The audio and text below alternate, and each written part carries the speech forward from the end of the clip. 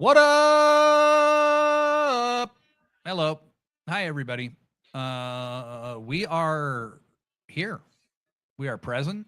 Shane, did you have to work today? Well, this is my birthday week actually. So because the schedule's weird, I'm able to take off more like bulk time kind of because I only work 4 days a week, but I work 10-hour shifts. So, gotcha. it's right. So I'm only taking 4 days off to take off a work week instead of 5. So that's cool. And then they give you a birthday. They give you an off day for your birthday that you can use at any time, and so I'm just going to use it on my birthday anyway. So okay, nice. I'm chilling for like the next week. Nice, dude. That's great. That's great. Yeah, that was my last schedule too. Is 4/10s. I liked it. I liked having a 3-day weekend. Yeah, it'd be a bit much when you're in the building for the 10 hours. Yeah, that is different. Clock out and you have the 3 days. It's like, okay, that's why this is worth it. Oh, Devil Dinosaur is in the chat. You'd better not start talking shit about Professor Degree. Why would I do that? Because he's a coward who couldn't show up for work because he has a life and he actually had stuff going on yesterday and he couldn't watch it live. I would never. He's not a real fan. That's what I say. I say you're not a real fan if you don't sacrifice your family and your responsibilities for the good of wrestling. Yeah, I mean, I had to work tired today. Like, why didn't you just call out? Like, you're not really. Yeah, totally. You're not dedicated enough. You should have been on social media talking about it ad nauseum all day, not at work. Yeah, like work. If you love what you do, you never work a day in your life. Yeah, just don't even go. Don't even go to work. Then you also don't work a day in your life,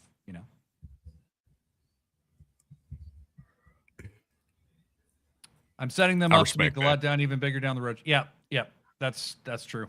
That's true. You're not a real fan if you don't watch pay-per-view that starts at 1 a.m. on a Monday morning and finishes at 5. Blurry Line in the UK is, Blurry Line, I think you did get that wrong. I think that it was actually probably later than that when it was over. You're not insane if you do those things.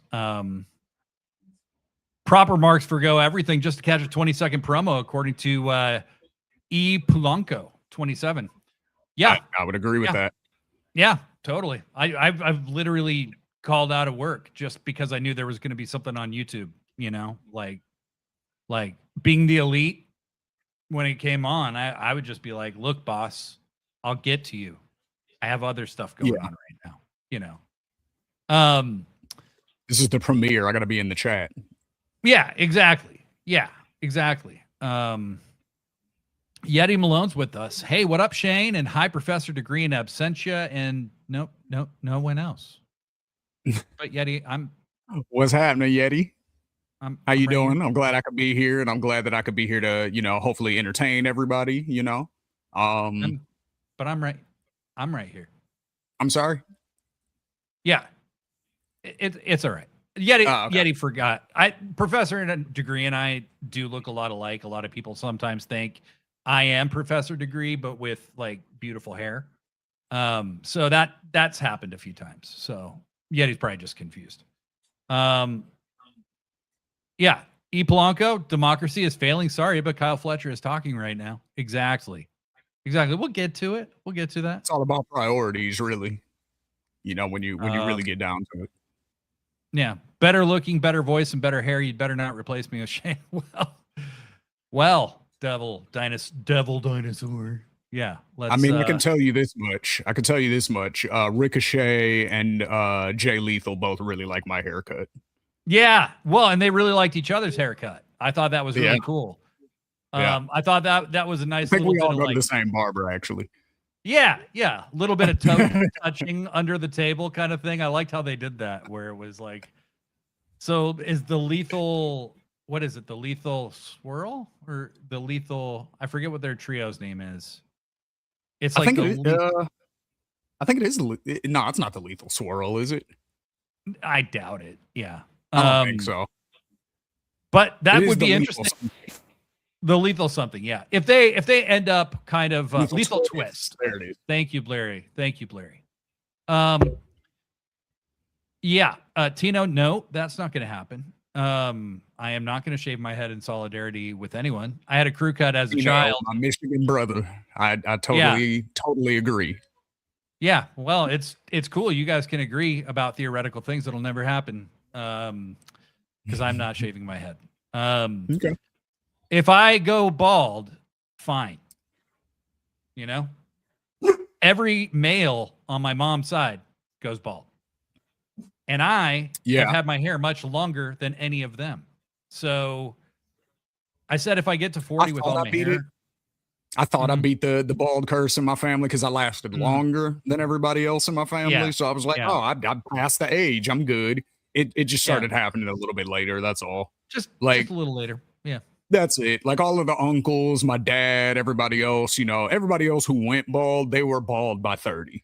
Whereas me, I didn't start like really noticing like the thinning until like mid 30s. So I had a little bit of extra time, so I thought I beat it, but no mas. Let's see. Blade saving his head shaving for when his YouTube channel hits 1,000 subs. Actually, 10,000 subs.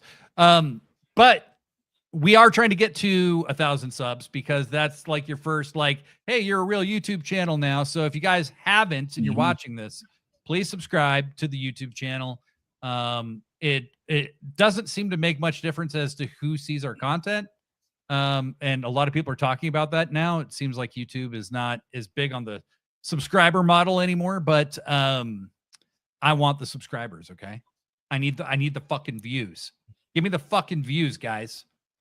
I love that. Song. So I'm going to go ahead and Mick Foley cheap plug myself. As you can see, media VP for Ethos Media Network. We also are on our way to 1,000 subscribers. So if you want to subscribe to us on YouTube, we don't really talk about wrestling. We do sometimes. We have like a wrestling show that we do every now and then, but for the most part, it's more cultural, politics, entertainment, stuff like that. So that's more or less what you're going to see on that channel. But please subscribe. We're like 100 away from 1,000. Give or take a few. So, get us there, help us get over that hump. You might even catch me on live streams a few times a week doing the night shift. That's a fun show. You should join me on it. I know. You should tell me when to join you on it and I will join you. Cool. So this channel is only 850 subscribers short of 1,000 currently. So we're killing it. We're killing the game right now. So a little bit at a time. That's the name of the game, Yeah, we just need 850 more of you. That's it. It'll happen faster than you think. It'll happen faster than you think. Like, and it happens in weird, almost like I've been watching a lot of science related videos. So kind of like the Cambrian explosion in evolutionary terms, It just happens like that sometimes where it's like you'll just be in a lull for a little while, you'll be in a lull for a little while, and then all of a sudden, boom, you get 100 subscribers out of nowhere. And you're like, where the fuck did these people come from? And then all of a sudden, kind of the same thing. You're getting 2 a week, 3 a week, and then another 50 out of nowhere. Yeah. It's weird. It's a weird snowball thing. You'll get to 2,000 way faster than you got to 1,000. That is for sure. Yep. Professor Degree in the chat says, let's do a fundraiser. Degree shaves his beard and Blade shaves his head. We earn a certain dollar mark for the charity of your choice. Unless that charity is me. No. No. A man's hair goes by your maternal grandfather? That's what people think, but nobody really fucking knows. Isn't it weird that it's just like something we can kind of figured it out, but we haven't really figured it out? Maternal grandfather? That wouldn't be true in my case, though, because I'm bald, my dad's bald, but his maternal. Oh, wait. Maternal. That's mom's, right? Yeah, mom. Right. Okay. We just figured out who he was like last year, so I don't have enough information to know that yet. But shout out to all my cousins in Gary, Indiana, though, that we just met. Y'all are dope, and I can't wait to hang out with y'all again. Nice. That's cool. Blurry line, big numbers on the screen makes happy chemicals. It's true. It's true. I wish it wasn't true. Yeti Malone bragging about how great both his grandfather's hair was. That's solid. To do that. Is that what turned him into a Yeti? Yeah, it could be. It could be. All the hair. He's also got that smug sense of superiority because he's from Canada and he's a librarian. So, okay. You know what I mean? It's like ringing all the bells, like all the bells. I understand. He's like smarter than us, but in a really calm way. Like, yes. Well, yes, but there's a little needling, that's less common to Canadians. Less common. Okay. So, Devil Dinosaur paused Forbidden Door to watch this. Well, you should. That's the least you could have done. You could have watched it and been on the show. We are going to spoil all of it. Yeah, so I hope we are going to spoil this entire fucking show. Lastly, it said that I hate charity. I agree. Only if I'm forced to shave my head, yeah, I think I do hate charity. And then Blurry Line says, I don't think it's an exact thing, but I have a couple of friends whose hairdressers, barbers that said your mom's dad will have the strongest influence, even if it's not 100%. Obviously, we're all big soups of genetics. And then E. Polanco finishes it with hair issues. MJF knows a guy in Turkey. I've also been watching a lot of videos about the primordial soup theory, Bleary. So funny you say that. Nice, nice. We get to 5 million subscribers. I'm flying us all to Turkey, okay? And we're all getting hair transplants. It's going to be beautiful. Yes. I think Cena knows one too. Yeah. Yeah. So that's my gift to you all. Everybody in this chat goes to Turkey. We're all getting hair transplants, whether we need them or not. Just because we can, all right, let's start the pod truly now. Hello, everybody. It's Blade Daily, and I am coming to you without Professor Degree. Thank Christ. Jesus Christ on the cross died so that I could have this moment. Without Professor Degree, but with my good friend Shane. Shane, say hello. Hello. I am here to save the audience from having to listen to Blade by himself for an hour plus. So you're welcome, everybody. That is true. I did it by myself on Friday, and the feedback I got was horrible. Like, people were just like if the show had been solo but without Blade, would have been great, but would have been better. Listening to bunch of people background, more entertaining. Yeah. And I was like, that's not cool, guys. And people are just unsubscribing. It was really way stronger reaction than I expected. But that's okay. Booing intensifies. That's kind of the story of my life. I think you know that shit. You're just getting heat. That's it. You're seeing your heel arc, Yeah. Blurry Line wants to know what my ceiling fan has to say. No, you don't. And that ceiling fan has signed an NDA. Anyway. Okay. Well, folks, we are here to talk about Forbidden Door because it was last night as we tape this. And, we should know better at a certain point. It's not that we can't criticize AEW because they had some stuff that deserved to be criticized. And the build wasn't the greatest.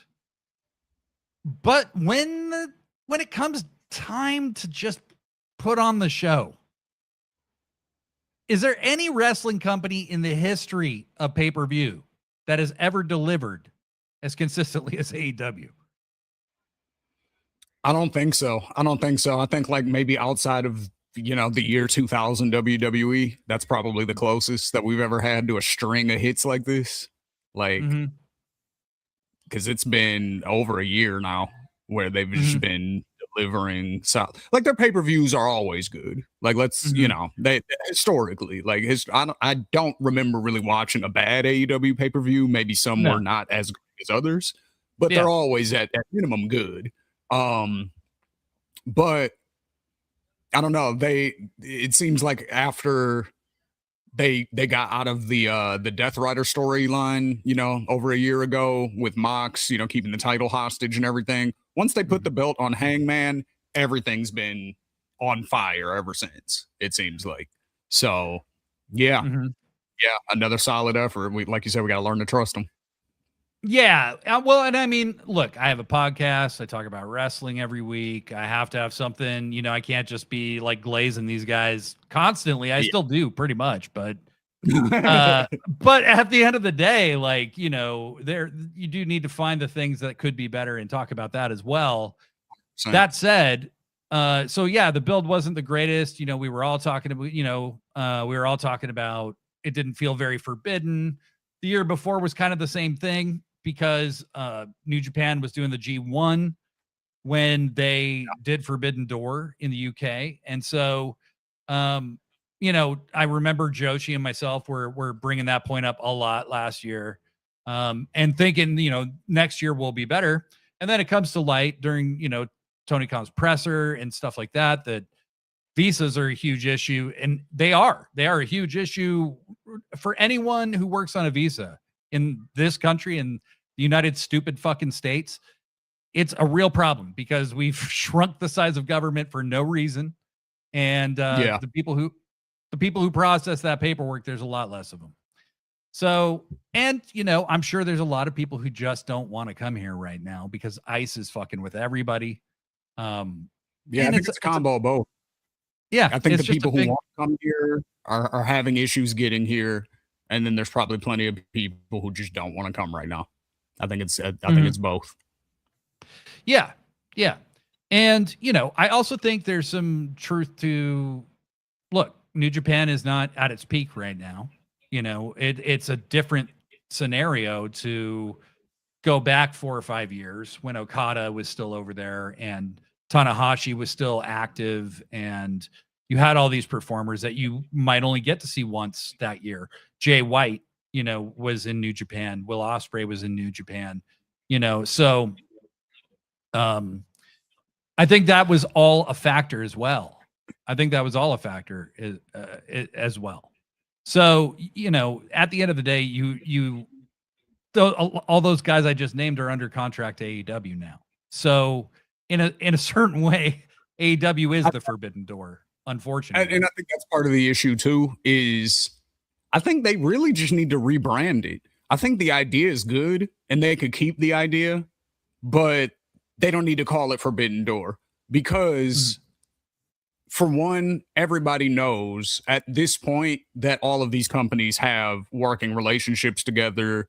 They talent exchange throughout the year, even outside of Forbidden Door season. So at the end of the day, it's not a Forbidden Door because everyone knows that they're all together in this wrestling thing. So they really just need to rebrand it. Call it, I don't know, anything else. Call it the Super Show. Call it, just whatever, or maybe, the match, something else. But Forbidden Door, the branding of Forbidden Door just doesn't fit what it is anymore. Because even if you take into account all of the people that have like dual contracts who theoretically are still representing these other companies, you have Claudio, so there's CMLL, you have Takeshita, there's DDT and New Japan, you have, you know what I mean? Like there's a lot of people like that.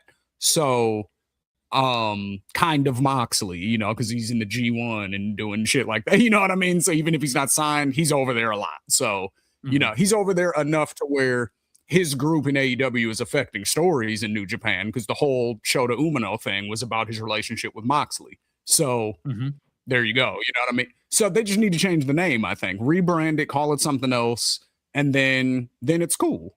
Then the expectation isn't where we have it at. You know what I mean? Well, and I think it could just be as simple as just have it in a different country. Don't do it here. Like bring all into the States and do Forbidden Door somewhere else.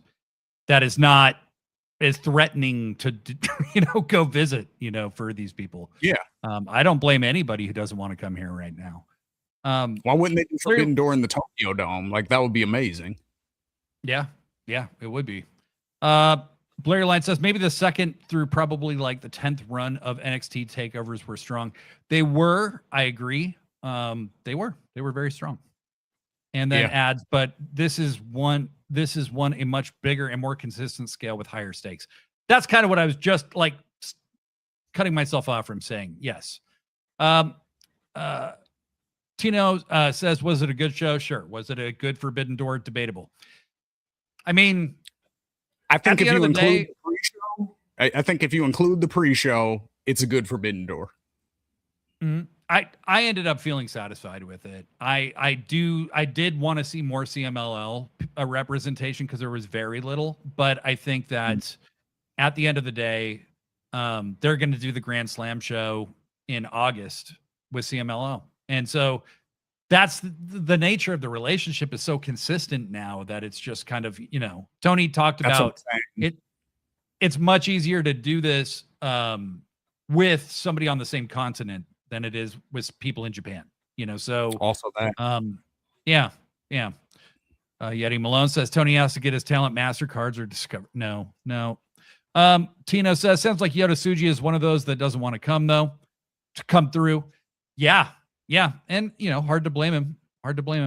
In my honest opinion, scrap the Forbidden Door branding, use the Wrestle Dream branding like a New Japan honoring name, but for the dream of a united world of wrestling. I agree. I was actually going to suggest the same thing. Blair Line is Wrestle Dream would be kind of like a perfect way to do something like that, but without getting the expectations maybe so high. That's what I mean. Because then if you can't get everybody from all these other places, it's like, okay, well, we're still going to have dream matches. And then we'll have some of those people come over here. And then sometimes we'll have more than other times. And then it's fine. You know? But as a guy who works in marketing, I can tell you each pay-per-view is like its own brand, right? Like Revolution's a brand, Forbidden Door is a brand, and it's a valuable brand. And so just getting rid of it when you're looking at balance sheets and shit. I'm not sure. I'm not sure if they will do it, is what I'm saying. But theoretically, these are all very good ideas. Yeah, no, I don't think they will. I think Forbidden Door is here to stay until, unless, let me say it that way. I'm not going to say until, unless the relationship with New Japan dissolves, then Forbidden Door goes away. But until or unless that happens, it's here. Yeah. Tino says, or do Forbidden Door in Arena Mexico. Yeah, I agree. I mean, I think that would be cool as hell. The Cathedral of Lucha Libre, baby. All right. Well, let's dive into this. So we had a buy-in pre-show, and they had announced 2 matches, and then they added one the day of that was like, you're just throwing that in there? Like holy shit. We led off the entire night with Drilla Maloney versus Daniel Garcia. And they had a really fun match. I thought that Daniel Garcia seems like he's kind of trying some stuff out right now and finding himself like he's always kind of like too amped up and like a little too aggressive for his own good, but it's given him a little bit of snark that I think his character needs. He just needs something so that he's not just bland. You know what I mean? I think that's what people, when people don't like Danny, that's what they don't like, is that he doesn't jump off the screen to you at all, Yeah. No, that's a great way to put it. He's his presentation is bland until they kind of give him something to sink his teeth into. You know what I mean? Like, even going back, like, he was bland until he started doing the dance. Then he kind of got over with the dance. Then he stopped doing the dance, and then he was kind of bland again. And then he was just trying to be like the best technical guy. And it's like, we kind of have enough of those, like, you know what I mean? So how else are you going to stand out? And now him being part of the Death Riders, it seems like he's one of those guys that, at least character wise, and I think we all know people like this who need to latch themselves onto something in order to have an identity. You know what I mean? So that's who Danny Garcia is, the wrestler in kayfabe. So that's what he's doing now. He's like, oh, I'm a Death Rider. That means I'm supposed to act this way. So I'm going to act that way now. You know what I mean? Like, that's. You nailed it. I mean, Danny Garcia's character is basically that he's a follower who's kind of trying to like ingratiate himself with Mox constantly. And remember when he was yelling at Will and then Mox showed up and he's like, never mind. Like, I love that. I think there's some subtle character things going on with Danny, but what I thought was interesting about this match, and we'll make this part kind of short because We got so much to review and to talk about anyway. The interplay between Drilla and Marina Shafir was really interesting, I thought. They definitely were having some kind of confrontation. Danny loses. He ends up taking, I forget the name of Drilla's finisher, but it's very similar to Mark Davis's pile driver, and gets pinned. Marina has this like, what the fuck look on her face. Like, she looked really disappointed. And I'm interested to see where that goes. The one thing that I wish the announcers would do a little bit better of a job of, and thank God for our homie Justin, for breaking these different like little nuances down, is because, they have to realize that we don't get New Japan here in the United States, like on cable or like through a regular, you know what I mean? So a lot of us don't have access to it. They block everything New Japan related on YouTube, so like outside of like reviews where a person is just talking at the camera telling you what happened, you're not getting anything. There's no clips, there's no pictures, there's nothing. Like, they got that on lock. So we don't get a lot of information about New Japan if you're not actively going out of your way to seek it out. So what I say all of that to say, I didn't know Drilla Maloney wasn't part of the War Dogs anymore. So in my mind, I'm like, is this supposed to be treated just like an exhibition between, because, the War Dogs and the Death Riders are like, they're like a clique kind of all in AEW. And then you got Gabe Kidd over in New Japan, who's representing the Death Riders. He didn't even say anything about the War Dogs. He was like, I was saying here to let you know you're not a Death Rider no more, to show to Umino. So I'm like, okay, well, if Drilla's still a War Dog, like, why is he fighting Daniel Garcia? And right. Justin had to explain, like, oh no, he left the War Dogs and he's part of this whole other thing now. And I'm like, see, now the average AEW fan is not going to know that. So that's my only kind of issue with some of these. It's like, do a better job on commentary explaining what's going on. Like, or even he's still throwing up Too Sweet and everything. And I'm like, the War Dogs still throw up Too Sweet. It looks like you're all still a crew. Right. Well, and then the other thing too is that, you could just do some simple YouTube shit just to like, here's what's been going on in New Japan since the last Forbidden Door, and make a 2-minute video that just kind of covers the real big highlights. Tanahashi retired, Tanahashi retired, and the War Dogs left, but some of them stayed, and now they're part of Unbound Company, which is all of the guys who don't have a group are in this one group now. So, it's kind of interesting. It's kind of interesting. Blairy says that would have been a good job for a Chris Charlton type of, for obvious reasons. He's not involved in this show. It's too bad. A lot of people dunk on Chris Charlton. I like him. I think he's very good at what he does. Some people really hate his commentary. He is an uber nerd, but I don't see that as a bad thing. Blairy also says that Daniel's character has drank the Mox Kool-Aid. Very true. Very true. Yeah. I always think of DG along with Yuta and Moriarty, since they're kind of the same crop of techers. Exactly. And well, they wrestled each other a shitload on the indies. They all kind of came in at the same time. Let's see. Tino says Gabe did come at Drilla a bit and said he was better than New Japan. Seems like there's not hate, but they want to persuade Drilla to AEW, which could be interesting if they ever capitalize on it. Yeah.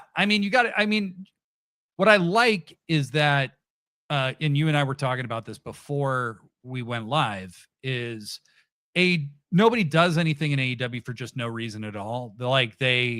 And when something does seem to happen for no reason, like MJF and the Hurt Syndicate, it's just like, it seems so weird. You know what I mean? Like, you can't just write it off as pro wrestling shit. It's like, and they usually fix that shit real quick.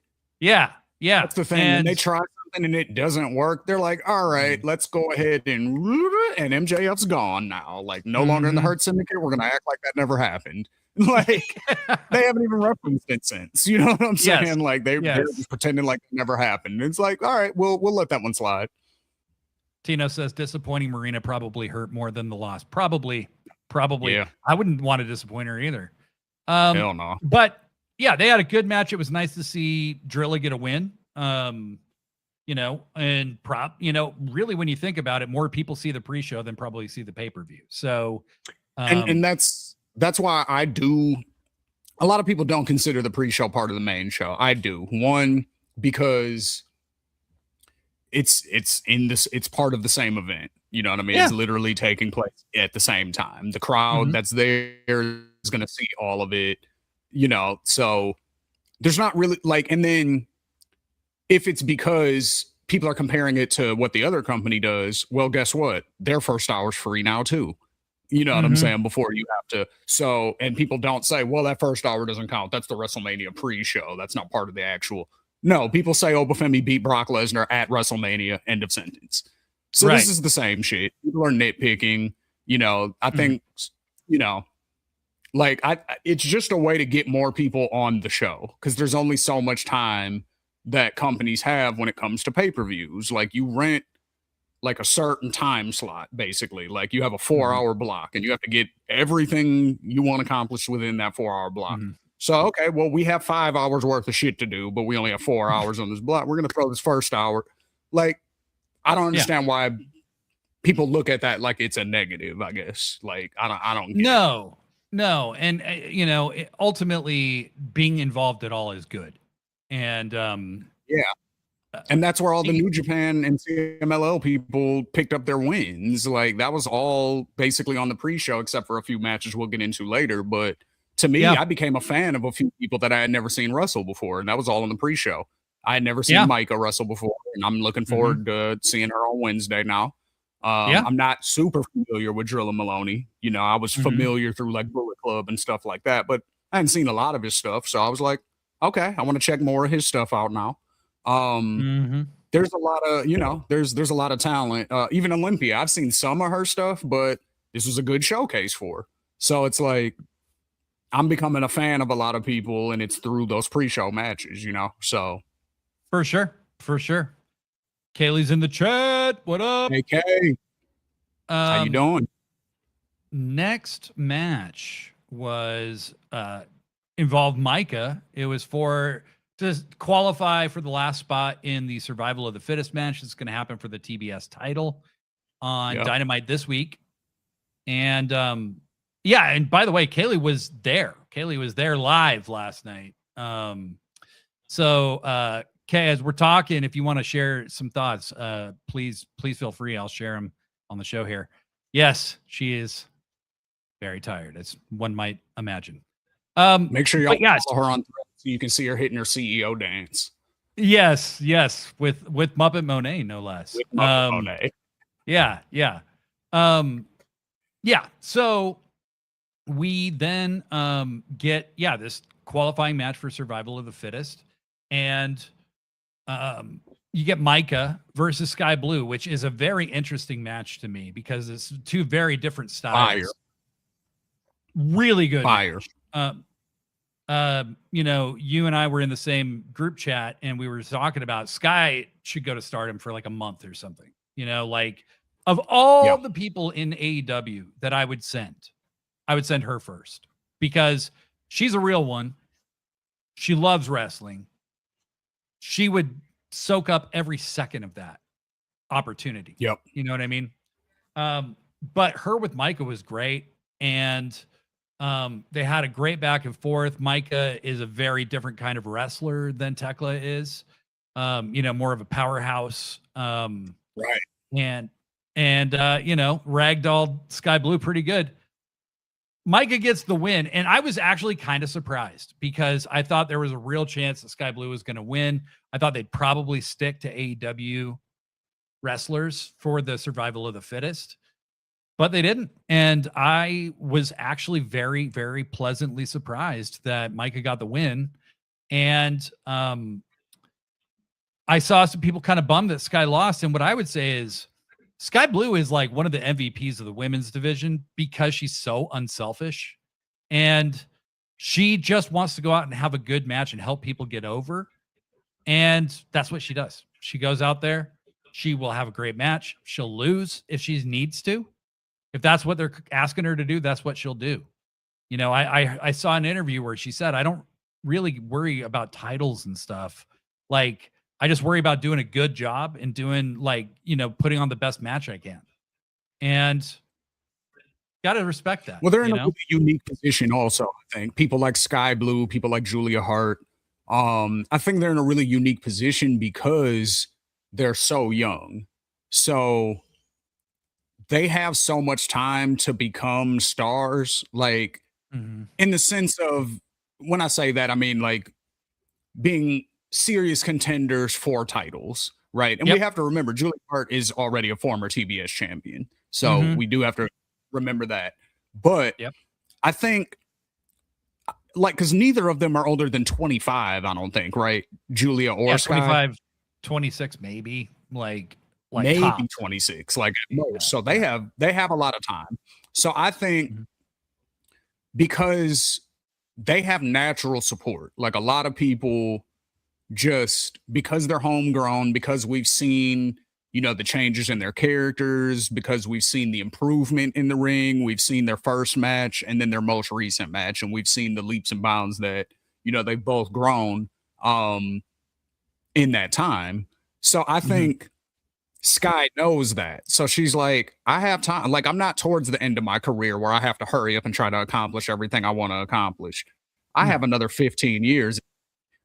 Easy, possibly longer, assuming health and everything is cool, but easy another 15 years if she wants to. So, right. I think I don't think she has a reason to worry about it. I think if she keeps playing the role and she proves herself to be reliable, dependable, safe, putting on good matches, able to work with a diverse group of talent, different styles, different things like that, and put on good matches with everybody, which so far she has proven herself to be able to do.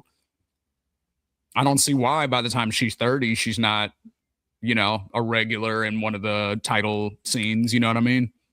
Oh, yeah, for sure. I mean, I think she's a future world champion if you do it right. The chat, Tino says to Kay, I'm not jealous you got to see Jay return live at all. No, definitely not. None of us are jealous. Yeah. Blurry Line says, Stardom absolutely did the best from the whole Forbidden Door concept. They had the only story fitting the concept. Totally. I think that would have been different had Gabe Kidd not got hurt, because he was showing up and attacking people in New Japan quite often. And I think they were built taking on the guy Tekla role when it comes to that. Like, he was basically, Dude Tekla, basically. That's his new nickname. He's Dude Tekla. Shorthand for Gabe Kidd. Send Kyle and Sky on an excursion. Kyle has a history there and can help her navigate it. Yeah, I mean, could be an extended vacation in a certain sense, or even along with that, just to tag Julia on as well, because then you could send Lee Johnson as well, because Lee Johnson, he clearly has the skills necessary to be great, but he's also really young as well. So I think he could benefit a lot from that. So then, solid suggestion. If Lee could cut a promo, he'd be a star right now. Like, he's got everything else. Like, he's really, really good in the ring. Yeah.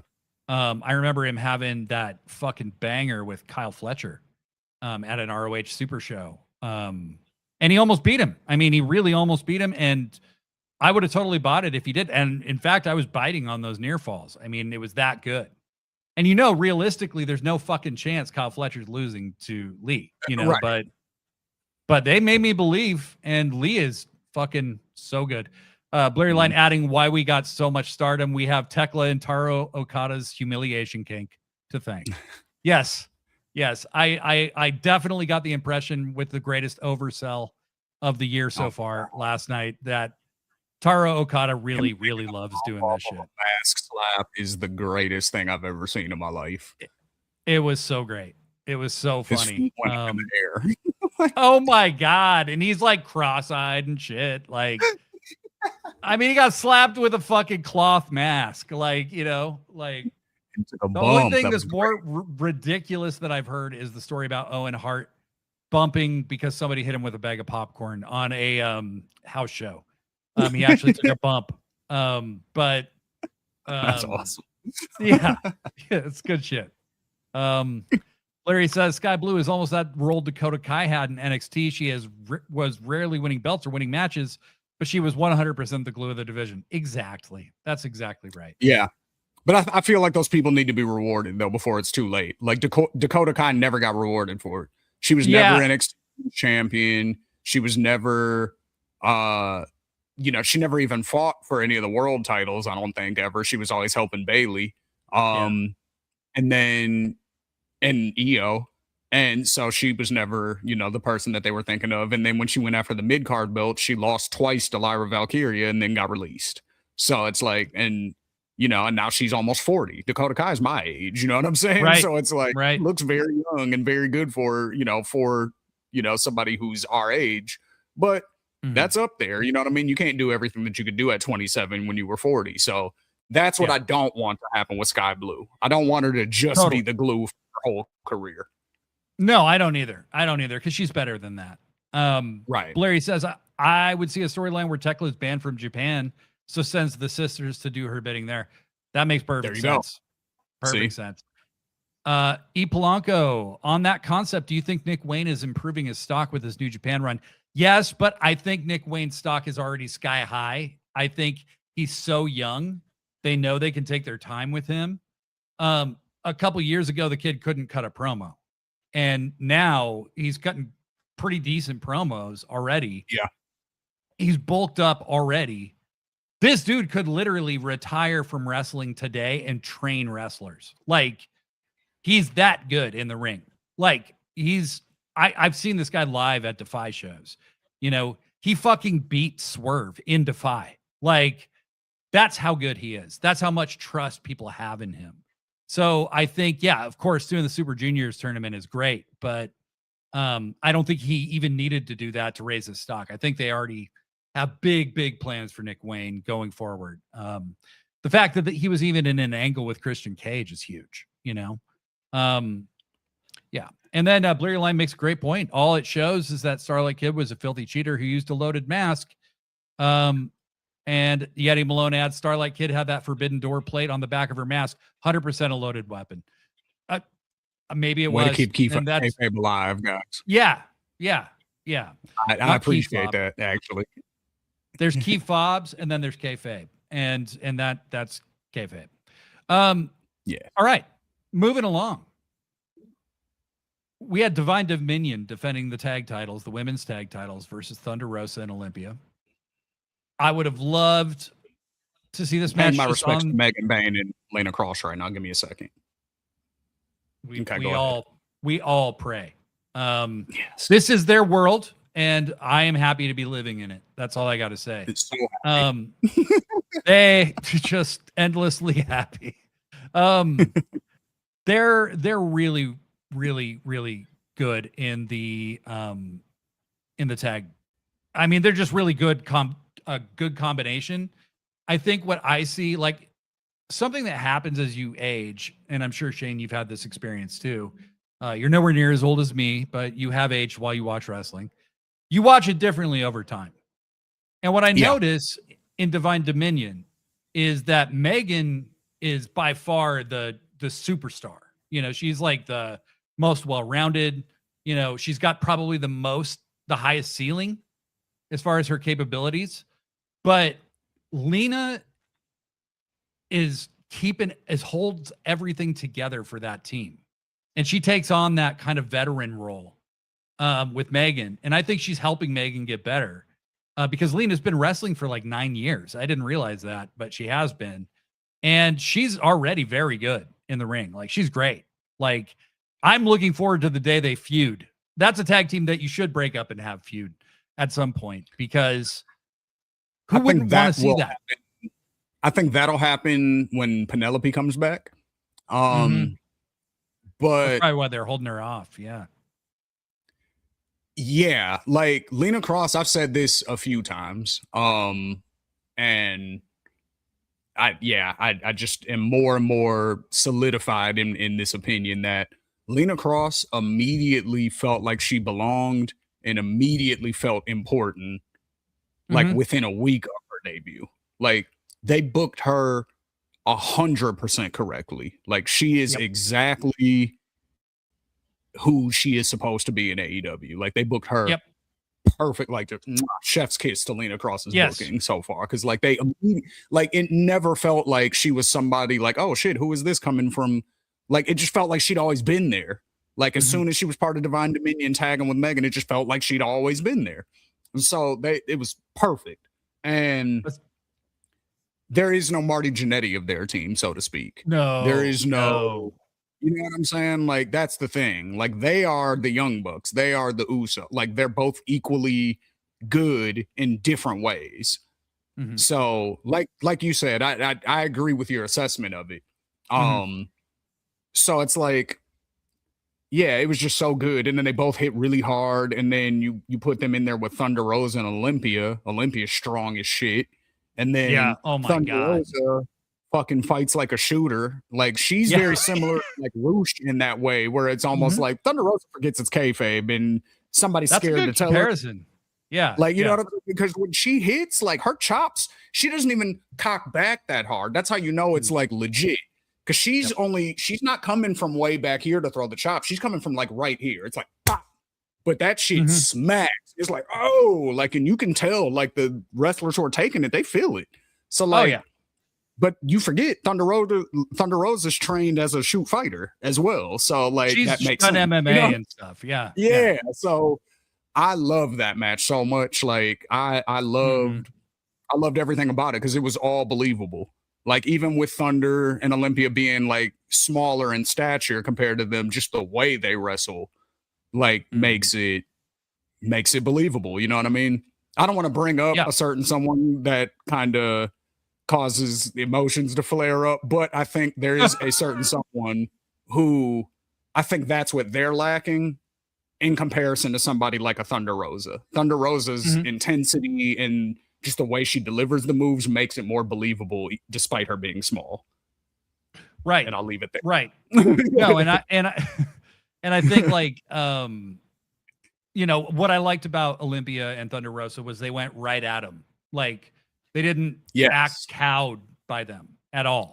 You know, and I thought Ty J did a really good job of that too, where they went right at him. You know, and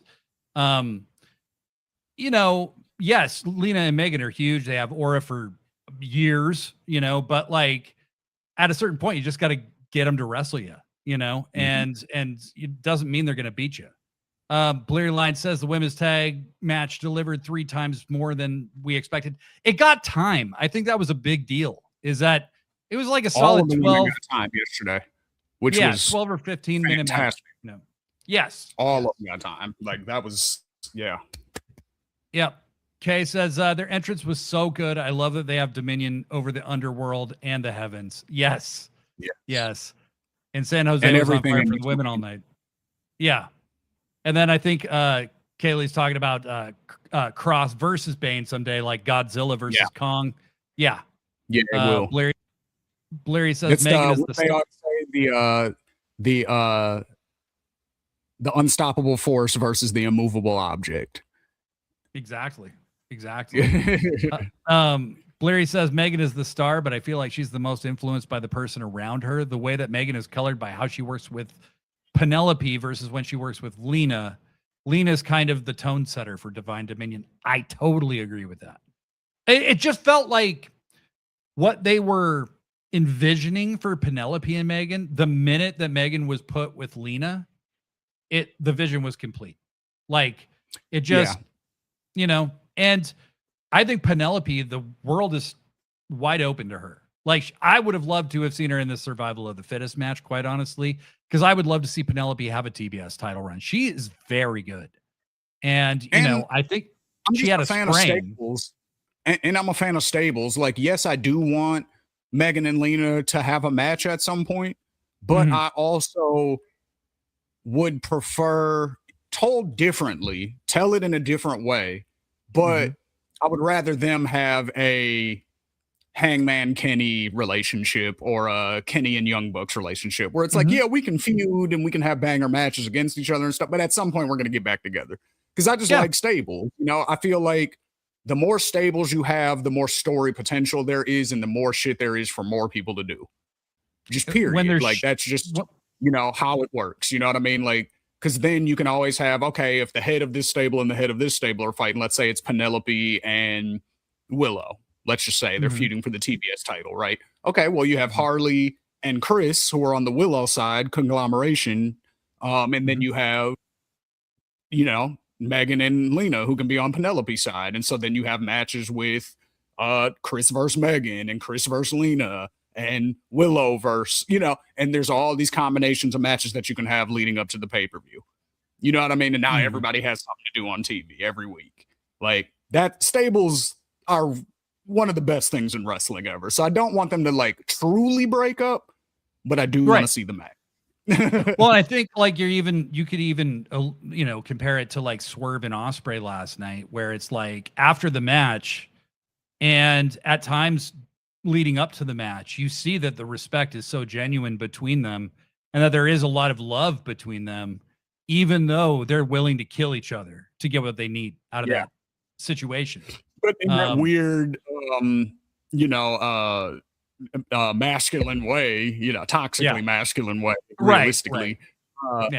That is how, you got to earn that brings you closer in a way. Like we were talking about it earlier. It's like I had a next door neighbor growing up, and we used to literally fist fight in the morning, waiting for the bus. And then after school, go play video games together. Like it never was happened. Like nothing personal. Yeah.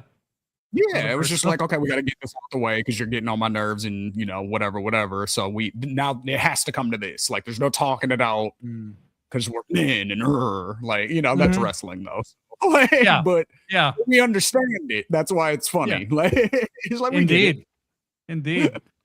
Tino says, no, Starlight Kid has too much respect for the tradition of Lucha Libre to load her mask, unlike some people at another company. Yeah, that is true. Bleary says, also massive respect to Thunder Rosa. She feels like she's truly herself again. She was immense in this match. I've not seen her like this in 4 or 5 years. Absolutely. Beef Mordo says Megan and Lena can be an Owen match next year. That's a great time to introduce that concept. See, because then you could do it FTR style where they have a fucking banger and then they hug it out right at the end to get right back to doing it. I forgot they had a match against each other in the Owen. That's right. They did. And it was great. Oh, it was great. And it didn't break up the team. There was no, is this going to cause weird tension going forward? No, they went right back to being FTR and being great. You could do that. Yeah. Well, speaking of doing that, we get to the pay-per-view portion of the card. And we kick it off with the match order for this show was insane. It was perfect. Crazy. It really was perfect. By the end of this show, I felt like Kenny versus Zack Sabre had happened in another year, because we had traveled so far from that match. But anyway, the match that kicked us off was Young Bucks versus Unbound Company, represented by Shingo Takagi and Titan, and El Sky Team, Mystico and Mascara Dorada, who are the new ROH World Tag Team Champions. And love to see Mascara. Salute Mystico, man. He's on a fucking crazy run. He's a 4X champ right now. Yeah. Because he's got the trios belts in CMLL. He's got the tag belts in Ring of Honor. He's got the junior tag belts in New Japan. And then what else? He's got one other set of belts too. Does he? He has more than that? Holy shit. I think he has four belts total. I don't even remember what other one he has. Tag, trios, tag, and something else. But yeah, he's killing it. Shout out Mystico. And Blurry Line throwing out, unlike the Penta versus Phoenix match where Eddie was trying to get Penta to kill his brother. Do you guys remember that when Eddie would just call Penta his best friend and he was trying to manipulate Penta to ditch Rey Fenix? This is when Eddie was still a heel, and they finally had a match. And Eddie was trying to get him to murder Rey. He's also the CMLL lightweight champion. Jesus Christ. There you go. Thank you, Tino. Thank you. Yeah. See, I knew I wasn't making it up. I was like, you got 4 belts. I'm almost positive. Kay says Sky Team's video package looked like a memorial video. Did you sing, Kay? That's what we need to know. Yes, did you sing? Right. We were listening for you specifically, but we didn't hear you over the crowd. So were you singing your heart up? That's what we need. Yeah. Did you sing the what is that song called? Mi Morte? What's that song? The Mystico song? Tino, help us. Yeah, Tino, help us, please. It was all the clouds. I assume that has something to do with the lyrics of the song. Mi muero. Okay. How do you say it? Obviously, I speak very fluent Spanish. So it's the Young Bucks. Anytime you get the Young Bucks in like a multi-team match, multi-man match, it's gonna be so figured out and down to the millisecond, right? And there was something about this match, and it's going to sound negative when I first say it, but I don't mean it that way. This wasn't quite as like a lot of Young Bucks matches are so fluid and so perfect, and this wasn't quite that. Like the Sky Team was like having some communication issues on a couple spots or whatever, and so it made them come across a little stilted or whatever. But in my opinion, it actually added a little realism to. Because, like, I love the Young Bucks. They're my favorite tag team of all time. But, like, there's nothing realistic about what they do, right? Like, you wouldn't do any of those things, And so they are a video game. That's they are a video game. They are a tag team video game tag team. But what I liked about those, it's just a couple moments too. It's not very much. It's just you're not used to seeing it in a Young Bucks match.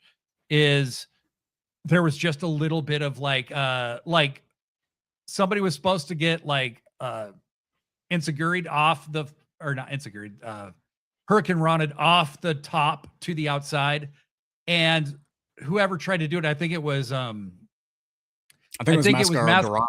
Mascara Dorado was trying to do it to like Teton or something, and he slipped, and then he had to just kind of throw him over him. That's what you would do in reality. I know. And thankfully it ended safely, and it didn't even look bad in the end. Like, it was fine. But they did a lot of good improvisation. And then Blairy and I are very much the same. Shingo Takagi is one of the greatest ever. And to see him as kind of the big guy in this match was awesome. Because Shingo can get over in anywhere. Like, I loved that he ate like how many super kicks before everybody else in the match super kicked him. Simultaneously. That was tight. There were so many fun spots. What about you? What stood out to you? I mean, for me, again, with the New Japan guys being the people I'm least familiar with, I was really impressed with Teton. I like his style. I also, in my weird mind, think it's funny that he wears a mask and trunks. I don't think I've seen that combination before. Most masked wrestlers wear long boys, so that's just just a mental note. I was like, okay, that's interesting. Aside from that, I like Shingo Takagi basically being like, I am not conforming to what everyone else in this match is doing. I am doing what I do. And like Kay said, you can bring up her comment. Like Kay said, he grounded a match full of high flyers. That's exactly, I thought that was dope. Because it's like, a lot of times what you'll see in these matches where there's like a really big, like an obvious big man and a bunch of high flyers, is you'll see the big man try to adapt to the high flyer style. You'll see Wardlow fucking do a tope, or Brian Cage off the top rope, and it's like, what? Like, you know what I mean? Whereas Shingo Takagi was like, no, I'm bringing you all to what I do. So I thought that was a dope way to, to do that. Him throwing around those clotheslines looked devastating.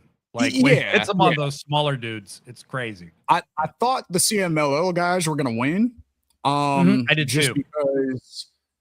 Because it seems like Mystico is on this crazy run.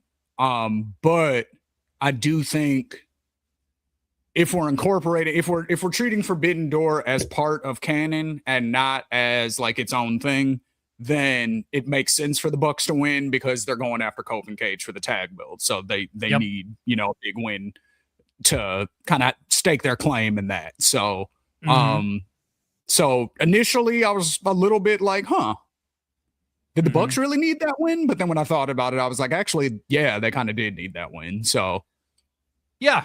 Not gonna lie, Mask and Trunks has slightly perverted vibes.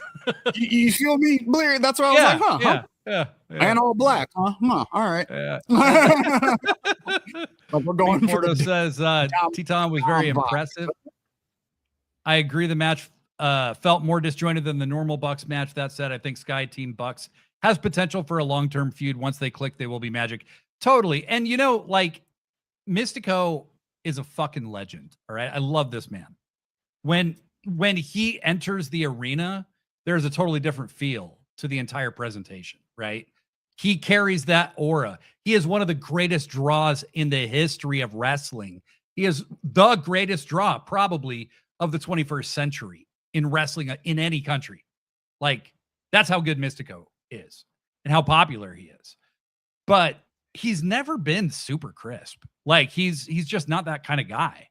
You know, he's and that's fine. That's fine. It's everything he does looks great, but like, yeah, it just didn't feel as like, you know, seamless as, you know, just people who are like, got that very gymnast style, like makeup, you know. Mystico doesn't have that. And so I, you know, in a way it actually added to the match for me.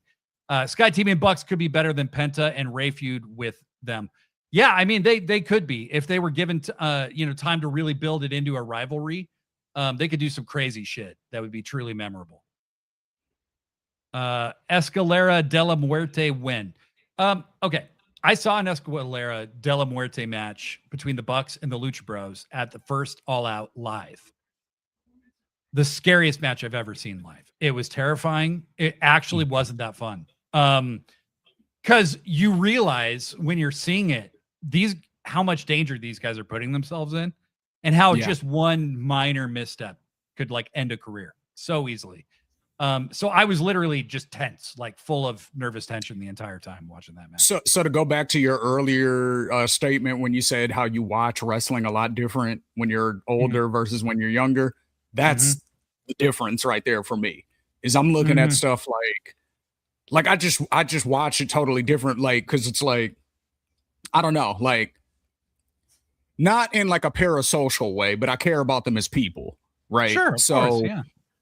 So now I'm sitting here, like, when I see them take a crazy bump, rather than being like, wow, that was very entertaining and that was a crazy bump, I'm sitting there like, how many years did that just take off of his career?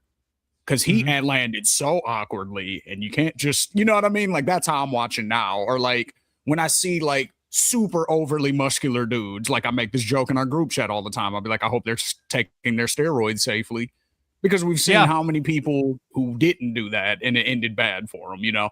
So I watch it a lot more responsibly now, which sounds funny because it's wrestling. Yeah. You know, but you know, like you see, I care about the people I watch. I want them to have healthy lives and shit. I don't want them to be hurt just for my entertainment, even though it looks awesome sometimes. Like, do a really good job. You've also lived long enough to see some of your heroes age, right? So like the Hardy Boys, look at them now. You know, Matt Hardy cannot walk. Like, look at Tanahashi coming down to the ring last night. Like, that dude cannot walk. He wasn't doing ladder matches. Like, that dude just jumped through the air a lot, you know, and landed on his knees over and over again. That's it. But that's all it takes, you know. That's all it takes. Blurry Line said, I did have that feeling a bit watching Swerve versus Ospreay. I'm thinking, did Swerve give himself the Eddie Guerrero blade job? Oh my God. Literally what I said. I was like, he gave himself the Eddie Guerrero special. Yep. Well, that he hit the Guerrero vein. Yeah. That was nasty. Holy shit. Oh man. So the Bucks get the win. You know, it's very cordial kind of between the three teams afterwards. And then they show you that the next match is Kenny Omega versus Zack Sabre Jr. That is the second match at Forbidden Door. What the fucking fuck, right? Like, could headline a pay-per-view any other time, right? And this is the second match. Now, I've always heard you either want a main event or go first. Those are the best spots, right? Those are because if you go first, you're setting the tone, and you know, like, you're not having to be measured by all the other matches they've already seen. And if you're in the main event, you're regarded as a huge star, right? So for Kenny Omega and Zack Sabre to be second, I know that's not what Tony Khan was thinking, but for them to do this and then do what they did, which was absolutely tear each other to shreds, and just put on an incredible match. What is your opinion on Kenny Omega? Like, how do you feel about Kenny personally? So I felt like, one, it just shows that, just to kind of address that first point as far as them going second, I think it just kind of shows how unselfish Kenny Omega is and how he could politic. You know, he is or was, you know, an EVP. I don't know what his actual current standing is outside of wrestler, but he still has influence, you know what I mean? Because he's Kenny Omega and he's one of the guys who started the company. So regardless of what his position is now, he has the influence to be able to pull his weight or throw his weight around if he wanted to. So I think it just shows that he's very unselfish when it comes to, you know, the betterment of AEW and, you know, not wanting to take away from the other people in the company. So that's first and foremost. Second, I think he's one of the greatest sellers of all time. I said this to you yesterday as well, because somebody else, I can't remember specifically who it was now, but it was one of our friends.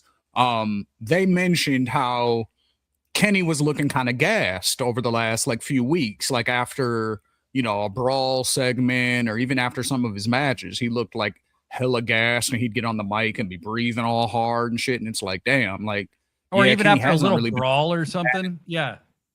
And he'd be breathing hard as shit. And it's like, okay, like, are you selling like the brawl? Because that is how normal people would act after a brawl. You would be breathing hard and a little, you know, winded and stuff. So that's reality based.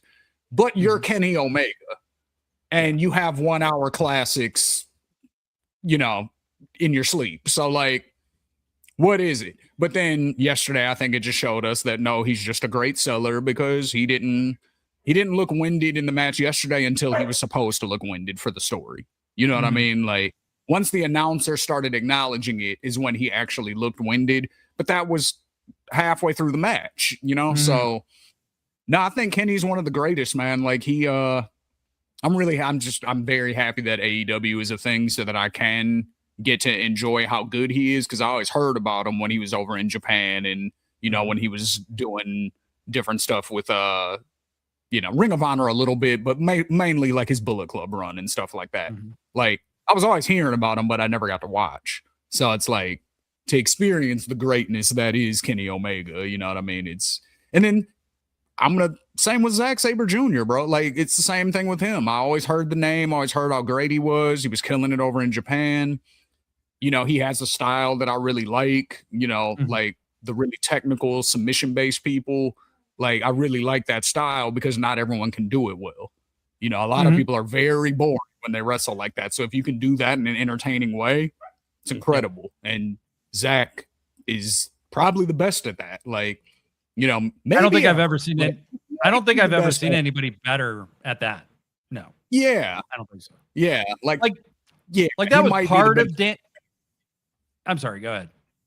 No, I was just gonna say he might be the best submission wrestler ever. So it's like, yeah, you throw those two in, and I get to appreciate it fully because they're doing it over here, so I can actually watch it. You know, it's like right. Yeah, they're both amazing. They're both amazing. I was glued, like my eyes were just like this the whole, you know. Yeah. Because you have to watch Zack Sabre Jr. matches like that, like because you will miss something if you look away for a second, because he'll just fucking slip out of some shit and fucking get out, and then all of a sudden you're in another, like, how the fuck did you end up in that hold? because he's Zach. That's why. Like, that's what he does. Well, it's been interesting to see Kenny kind of leaning a little bit on his MMA, because Kenny actually has done MMA too. He has a winning record in MMA, if you can believe it. You know, so like when people have called him, you know, Jim Cornette calling him Twinkle Toes, I'm like, he could literally beat the shit out of you, dude. Like Kenny Omega, if I'm not mistaken, right? Was it kickboxing or was it might have been? Was it? I mean, he's friends with Ibushi. It might have been jiu-jitsu also, because a lot of people do jiu-jitsu. But but like Kenny's, it's been cool. You know, he's doing those open palm strikes and shit, and he did that in the MJF match at Dynasty, where he just like looked like he like threw wrestling out the window. Was like, no, we're gonna fight now, and he just beat the shit out of him. I've been enjoying those moments from Kenny. This match, what I thought was interesting about it was that it wasn't a back and forth super even match. Like, I thought Kenny dominated Zach a lot of the time, and Zach would then like come back and he would like kind of create an opening for himself, right? And he'd be on top again for a few minutes. But Kenny always took the advantage back and pretty much held it for the majority of the match. And what I've noticed with Kenny, when he's about to set up, when he's going to set up a trilogy with somebody, that's usually how the matches go. That's what I've noticed with Kenny. Because it was kind of the same thing with him and Ospreay the first time. He beat the shit out of Ospreay that first match in New Japan. He killed Ospreay. Then Ospreay had to adjust.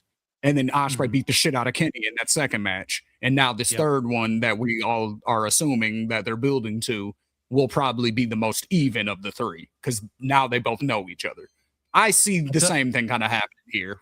Zach is going to get back against Kenny, and he's going to like, oh no, I know you now. Like, so now I can do it. And he'll get the best of Kenny, and then they'll have a blow off match at some point in the future, hopefully. That would be an amazing, Wrestle Kingdom match if Zach and Kenny did a rematch.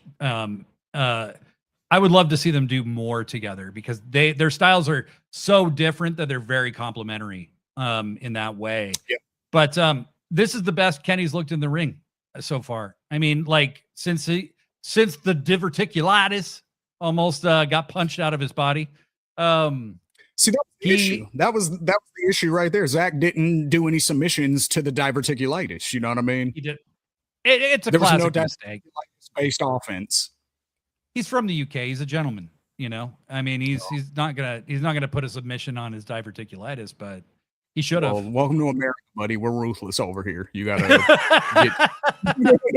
Will Ospreay gets it.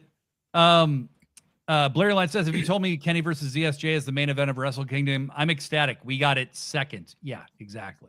Right. Blair Line makes the point that I was just about to make. Kenny has more in common with Danielson than we thought. He absolutely loves making you think everything's gone wrong and that he's in grave danger.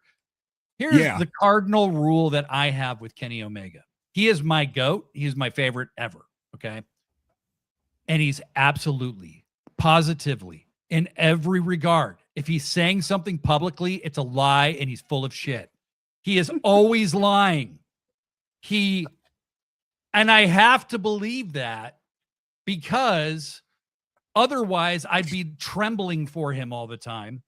But Kenny has done so many times, said something, and then directly contradicted it with something he did immediately afterwards.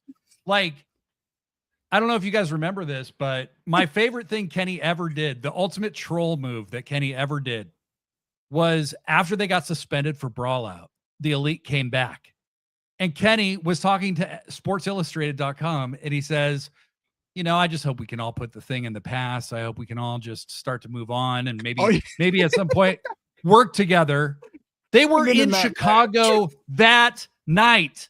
And Kenny fucking is doing all of Punk's moves and mocking the shit out of CM Punk. He bit somebody's arm.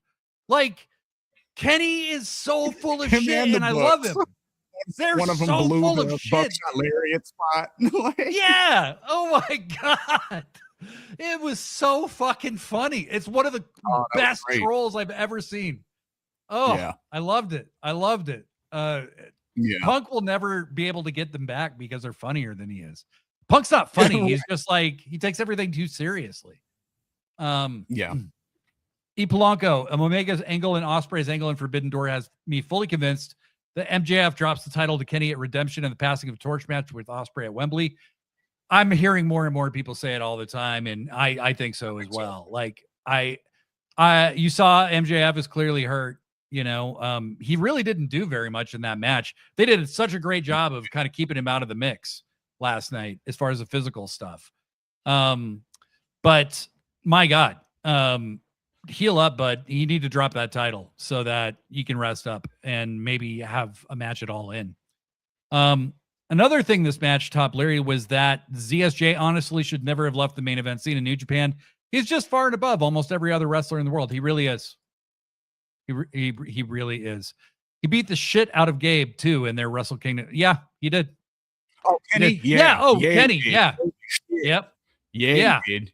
Like, you think I'm just this flashy dude who can't really fight? Like, fuck you. Like, I will beat the shit out of you.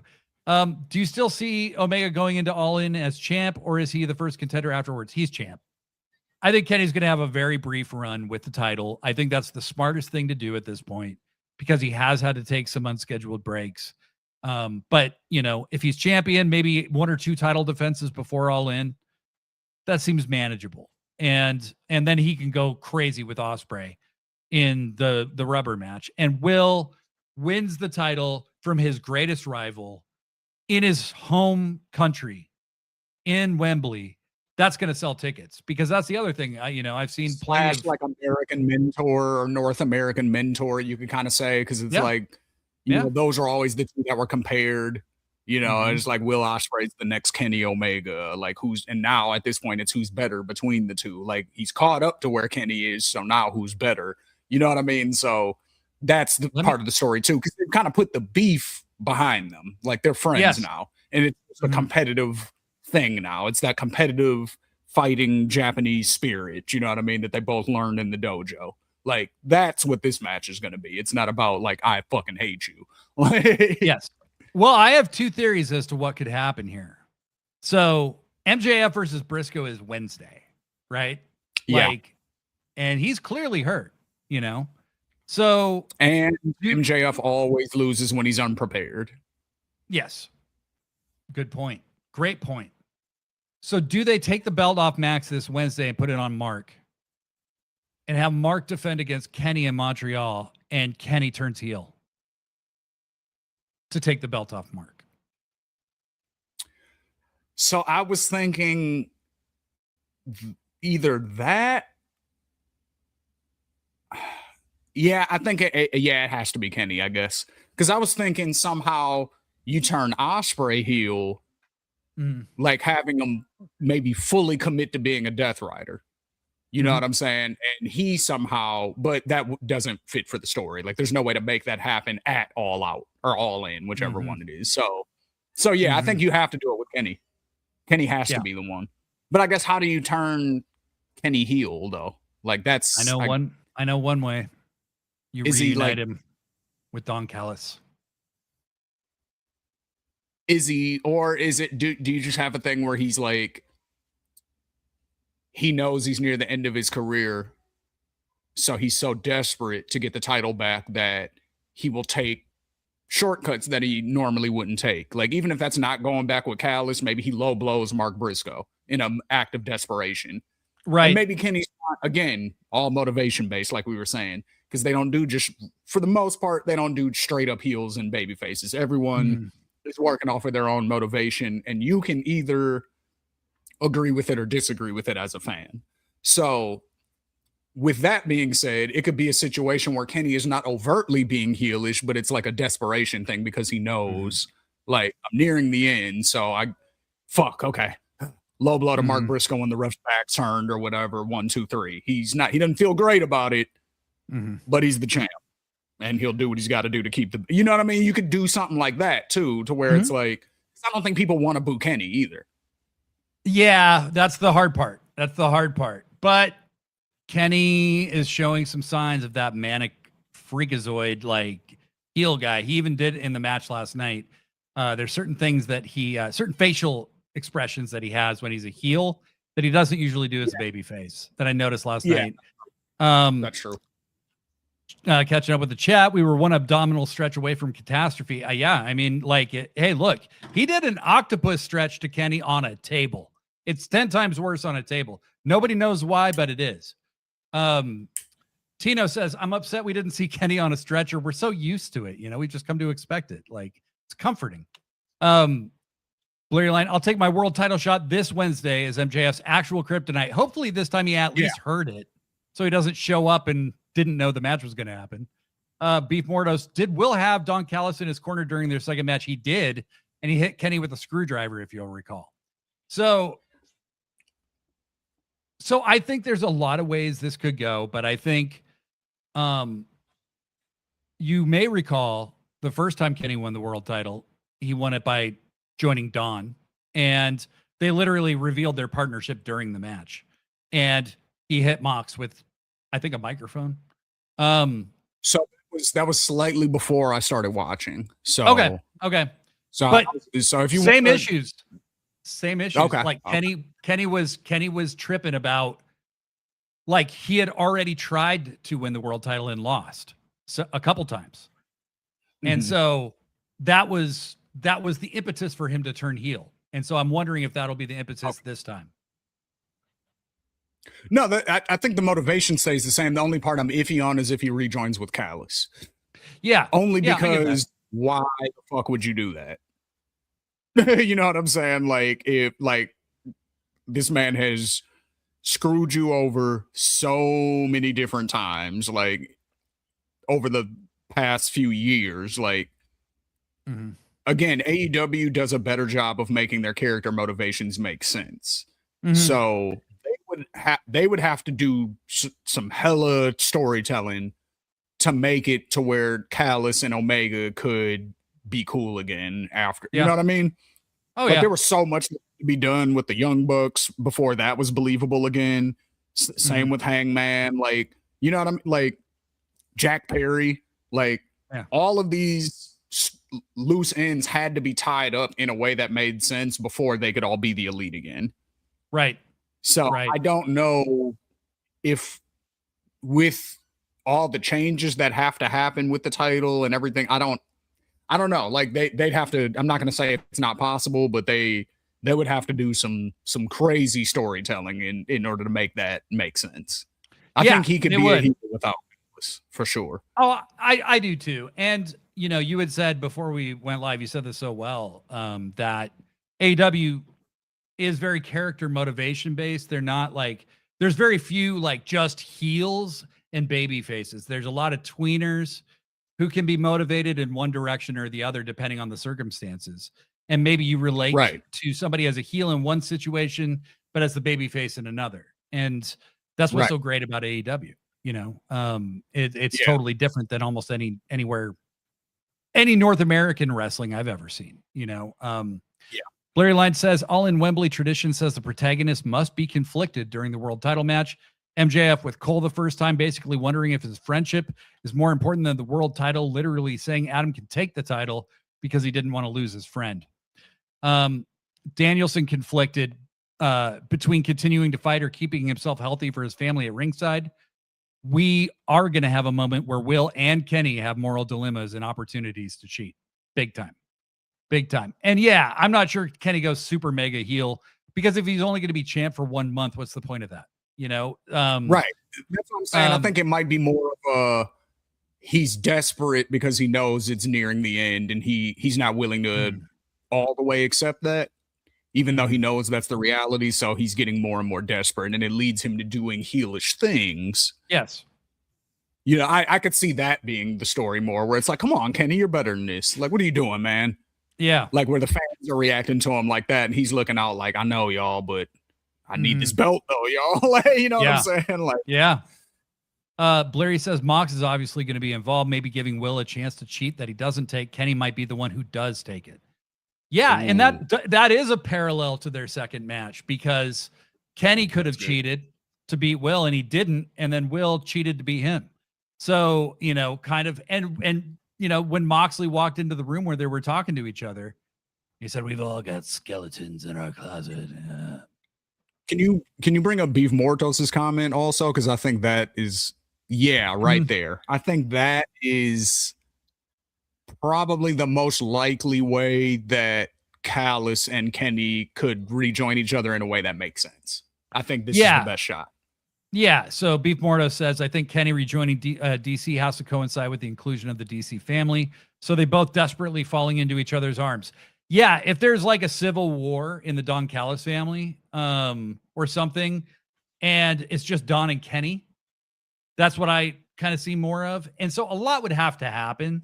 And I'm glad we talked this through because it's making me change my thinking a little bit. What I have noticed is that Tony's storytelling seems to be a little more grounded in reality than big dramatic swings. They don't do that as often.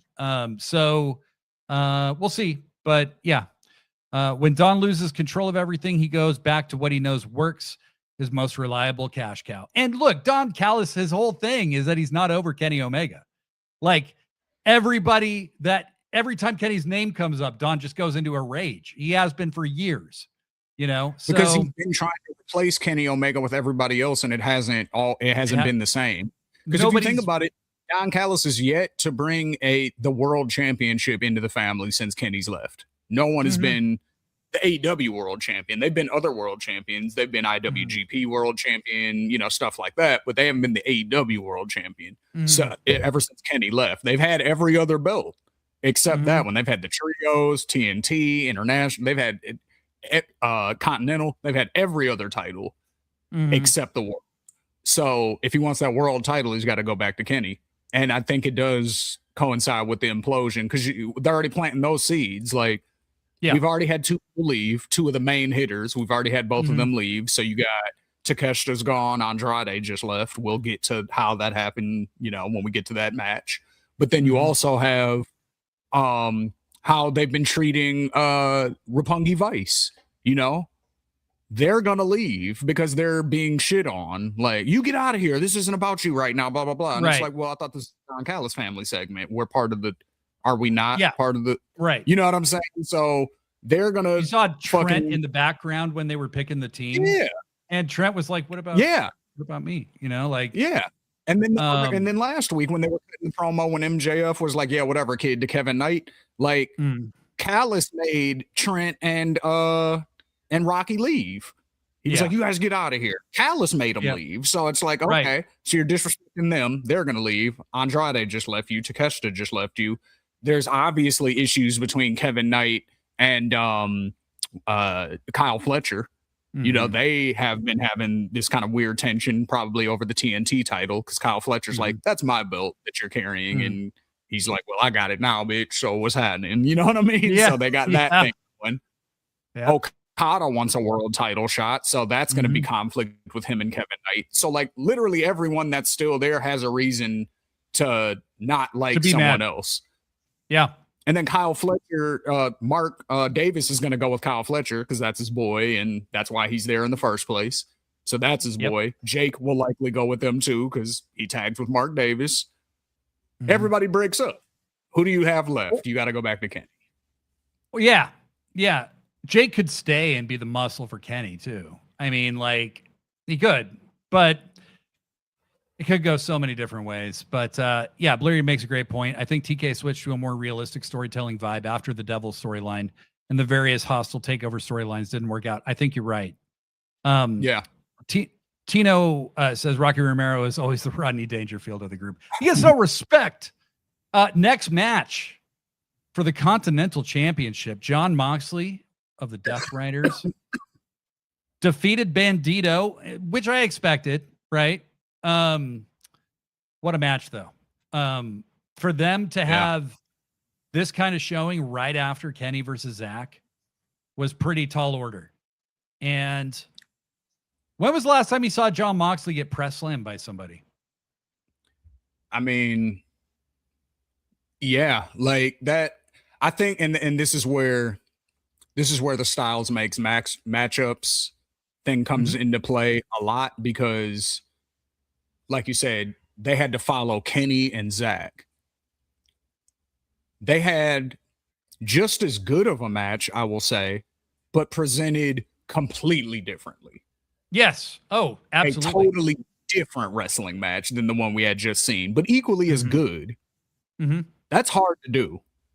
And both matches are two guys with disparate styles, totally different styles. Like, so that's what I mean. Yeah. Like Mox is straight up brawler / MMA influence. Yeah. And then you have Bandito, who is like a strong man / high flyer. So somehow that works. You know what I mean? Like, yeah. It's incredible. I loved it. It was such a good match. And Mox, rips the mask and, almost ripped the mask too much when he first ripped it, because I was almost like, I was like, how are they going to finish this match?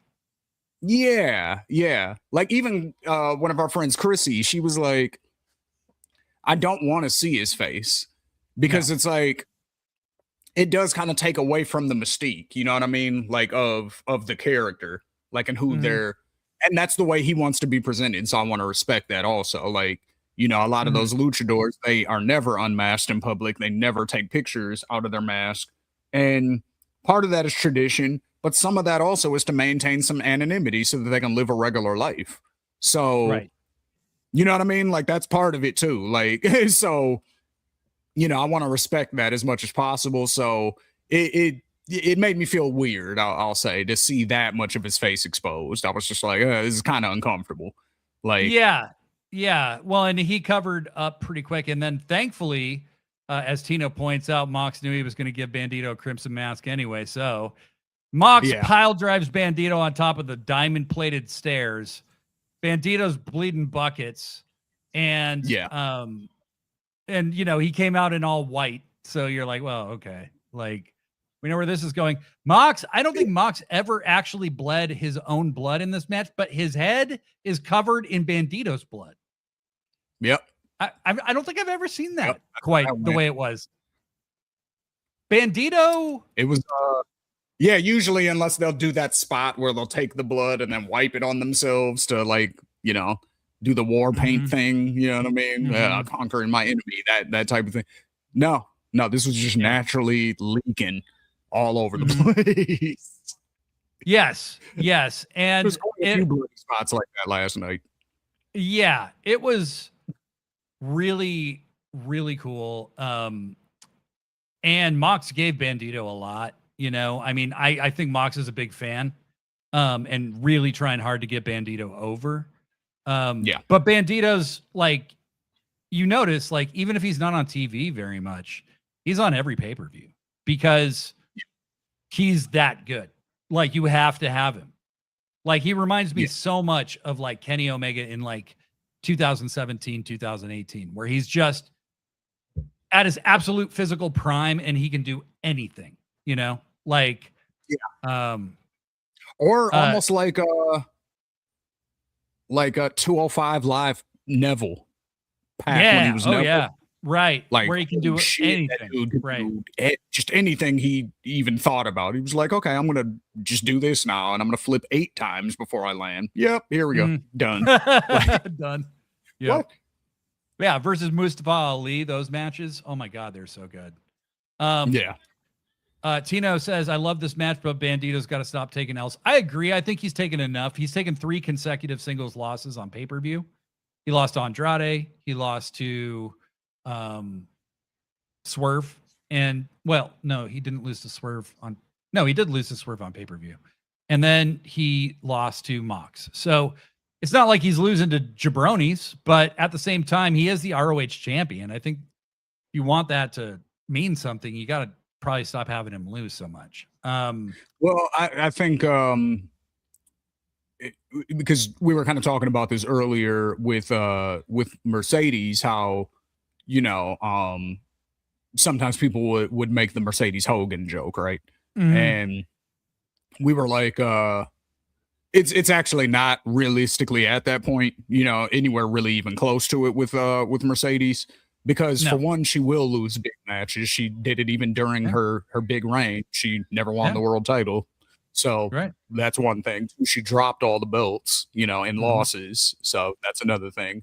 But if anyone gets the Cena wins Lowell treatment in AEW, it's Mox. Mox wins Lowell is way more appropriate than anyone else.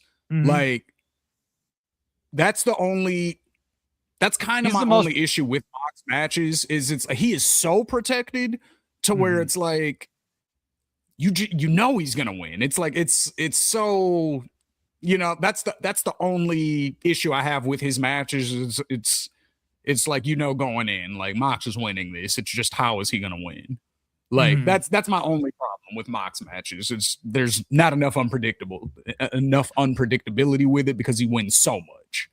I go, and he's the only one like that. Like, yeah, I go back and forth with it. Like, I think this Continental title run has been one of his best title runs ever, including all of his world title runs. Like, it's a great belt for him because he works with the time limit so well. He works with the, you know, it can only happen. There's nobody around the ring, you know, that kind of thing. All of that really does work with his character. But I think you got to be careful with feeding everybody to Mox. He doesn't need to be fed, for one. Man's as over as he's ever going to be. There's no getting him more over at this point. Right. You can only use him to get other people over at this point. Like, that is what he needs to be doing with his status. But he, you know, I would say at the end of the day, this match, every time Bandito does lose, it's such a narrow loss. You know, he ended up just passing the fuck out. You know, I liked when he like prayed to God and then he like tried to jump on, like, you know, drop Moxley on his back. Yeah, it's this or nothing. And Mox held on and he was fucked. But great match. I want to see Bandito win some more. Tino had said, where did Tino say that? I love this match. Oh, okay, but Bandito's got to stop taking L's. Basically, Tino had said Bandito could be in the main event picture, and I think he will be. I really do. I think he will actually. Yeah. I believe he will be world champion at some point. I think that's how much Tony Khan believes in it. I totally agree. I totally agree. I think there was one match where I think we were watching together, and I think we both like came to that conclusion at the same time. We were both like, I think Bandito just proved in this match that he's going to be in the main event scene like really soon. Like, I can't remember exactly what match it was. I think it was an ROH main event that we watched or something. Yeah. Something like that. We were all watching as a collective and we both like said it at the same time. We were both like, yo, Bandito's going to be one of them guys in the very near future. So, Yeah. Blurry Line said, I will say I think the mask was ripped as much as they wanted to because it looked like there was a point where the mask was double stitched to prevent it getting fully torn off. That actually makes a lot of sense. Like, it can't go any farther than this point, you know? Yeah. But yeah, I saw more of his face than I've ever seen before. And that was a little weird. Yeah. Mox did bleed from his eye a little. He had a black eye and a cut later in the show. Okay. Kaylee agrees Bandito needs to stop losing. We're one big win from Bandito in the world title picture again. I totally agree. Just, I think, you know, don't keep putting him in high profile losses. Him and Brody are kind of doing the same thing right now where like they're being put in high profile matches, but they're not winning any of them. And the only difference for me is that Bandito's a world champion, you know, and do you really want to do that to your world champion? You know, get the belt off him maybe and like have him go through the rigors of AEW. But El Polanco asks, is the losing streak a build up to a Bandito heel turn breaking up Rodito? I don't think so. I really don't believe there's any chance Bandito turns heel. Because I just don't. I think Bandito is like he's a great wrestler for kids. He's a great wrestler for like he's so marketable. And they've only started what they're capable of with him. But you know how WWE's always tried to replace Rey Mysterio or whatever. Bandito's literally that guy. Like he's your envoy to like your Latin American fan base and your Mexican fan base. And he is somebody that kids could love. I don't know why they've never made any action figures of the guy because they'd sell so well. Like He's the coolest. He's one of the coolest looking guys in the company, you know? But yeah, so, we're going to keep going because we got so much more to cover. Next match was Shota Umino versus Pac. Pac was wearing the Owen Hart short boys with the, he was wearing, in like half of a onesie with the shorts. Pac is funny. Like he will just wear whatever the fuck he feels like wrestling in. He doesn't give a shit anymore. They need, you know what? I'm pissed at AEW about one thing. Where's that Bastard shirt? BASTAD that Pac wears? Yeah. Where the fuck is that? Because maybe AEW didn't make him that shirt and that's why they don't sell it, but they're leaving money on the table. Because I would buy at least one of those. Yeah. Fuck You Mama said 2 times said great match by Bandito and Mox. This is Bandito's 6th singles loss this year, which is a lot more than he lost last year. You know, I mean, it's just a lot more. So, you know, they got to be careful. They got to be careful. And Tino also said Bandito is so over in Mexico too. I do remember just hearing this much of a teeny tiny bit of a conversation Meltzer was having that every time Bandito's announced at a CMLL show, the tickets sell faster. Like that he's a big draw down there. So, come on. Blairy makes a good point though. Bandito is such a performer with such a connection. He can take 4 or 5 losses, get 1 win, and he's already back to where he was before. Though I do think we need to start getting him W's. That's where I'm at. I think it's okay that he's gotten where he is, but it should stop here. And let's start building him up again. So Pac versus Shota. Shota comes out in that very over-the-top babyface way. This was a really fun match. It wasn't as good as the 2 before it, but I mean, come on. You got 4 of the best wrestlers in the world. I mean, they still they still had some takeaways though. They did. They had some takeaways from a few of those, a few different things that they did in the match that make it memorable in its own way. So they did enough to stick out, or to stand out, I should say. Well, and that DDT Shota does through the ropes, like onto the apron. Awesome looking. But that Pac doing where he awesome bombed him. Pac doing the awesome bomb to Shota. The way they filmed that was so brilliant because it looked like a horrible mistake had just happened. Like it felt, because it's not the way they usually film a spot like that. And so they were almost like on the wrong camera and they had to quickly cut to a camera. It was like, oh no, this wasn't supposed to happen. It just had that feeling to it, which made it 10 times scarier. Not to mention Shota did not go through that table flat. Like he went through on his side. Like, good Lord. The fact that he got back up I was just so happy he was okay. Couple things. Shota was over with this crowd. And I loved that the Death Riders came out at the end. Shota gets the win. We predicted that. Well-deserved win. I loved the kind of bullying that Pac was doing right before he got his ass kicked. And that was it, Now I'll ask you this. And again, this is where commentary could do a better job of, sort of explaining the details of the relationship. Because basically all I understand from watching the show yesterday is that Shota Umino was Moxley was essentially his mentor. Yep. And if I'm remembering correctly, Shota Umino was also on the Death Riders team at one of the other Forbidden Door pay-per-views. He was, yeah. Okay. So that's when Moxley. That's kind of all the context they really gave. And then all of a sudden it was Gabe Kidd went over there, attacked him, and said he's not a Death Rider anymore. So I'm like, okay, so was Shota Umino a member of the Death Riders this whole time? And I just didn't know, like, or what? He was like the heir apparent almost in a way. So when Mox left WWE before he went to AEW full time, he had come out at Double or Nothing. We knew he was going to be a part of the company. But that summer he did the G1. Yes. Shota was a young boy at the time. He was like,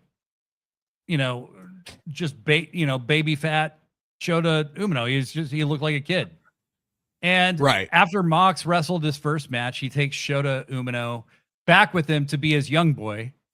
And Mox gives a series of some of the funniest fucking interviews I have ever seen.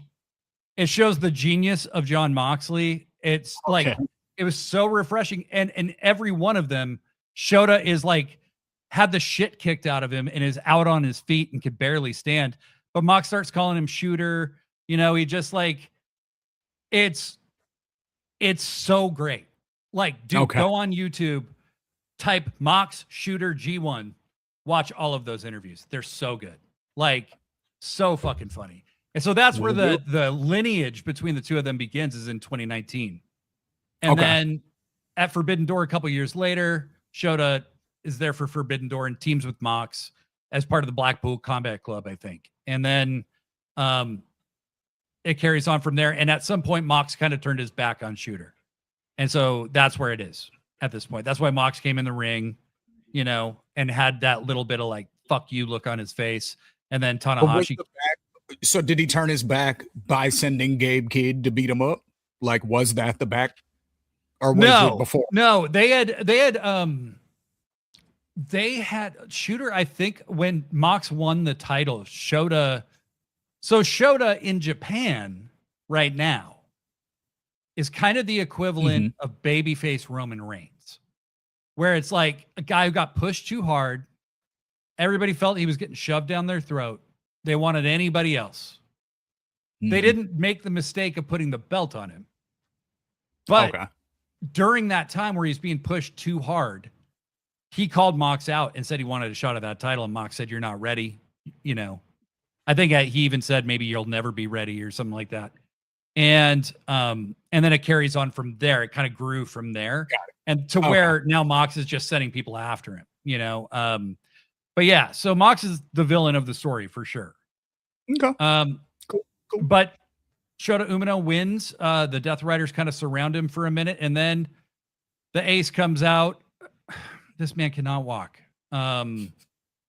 Those knees are fucked. Like, this man, Kay and I were talking earlier today, this man gave his entire body to wrestling. Like, he's gonna need 2 knee replacements, like, for sure. I was just gonna say he's gonna need that Lieutenant Dan special. Like, he, seeing him with the short hair, Blurry Line said he looks slightly like Elvis. He kind of did. Tino says, I really like Shota, and I actually liked Shota in this match. Normally I'm pretty meh on Shota, so that was a big positive in his eyes. You know what I think it is Shota understands how to work to an American audience really well. It's the Japanese audience that he struggles with. His dad also is the ref who wears the red shoes. Red shoes, yeah. His dad is red shoes. Years old when I learned that. Yeah, okay. So he's been accused of being a nepo baby as well, and you know, I think he's actually pretty good. It's just he's kind of in an unfortunate spot, and he got positioned badly, and it's kind of haunted him. You know?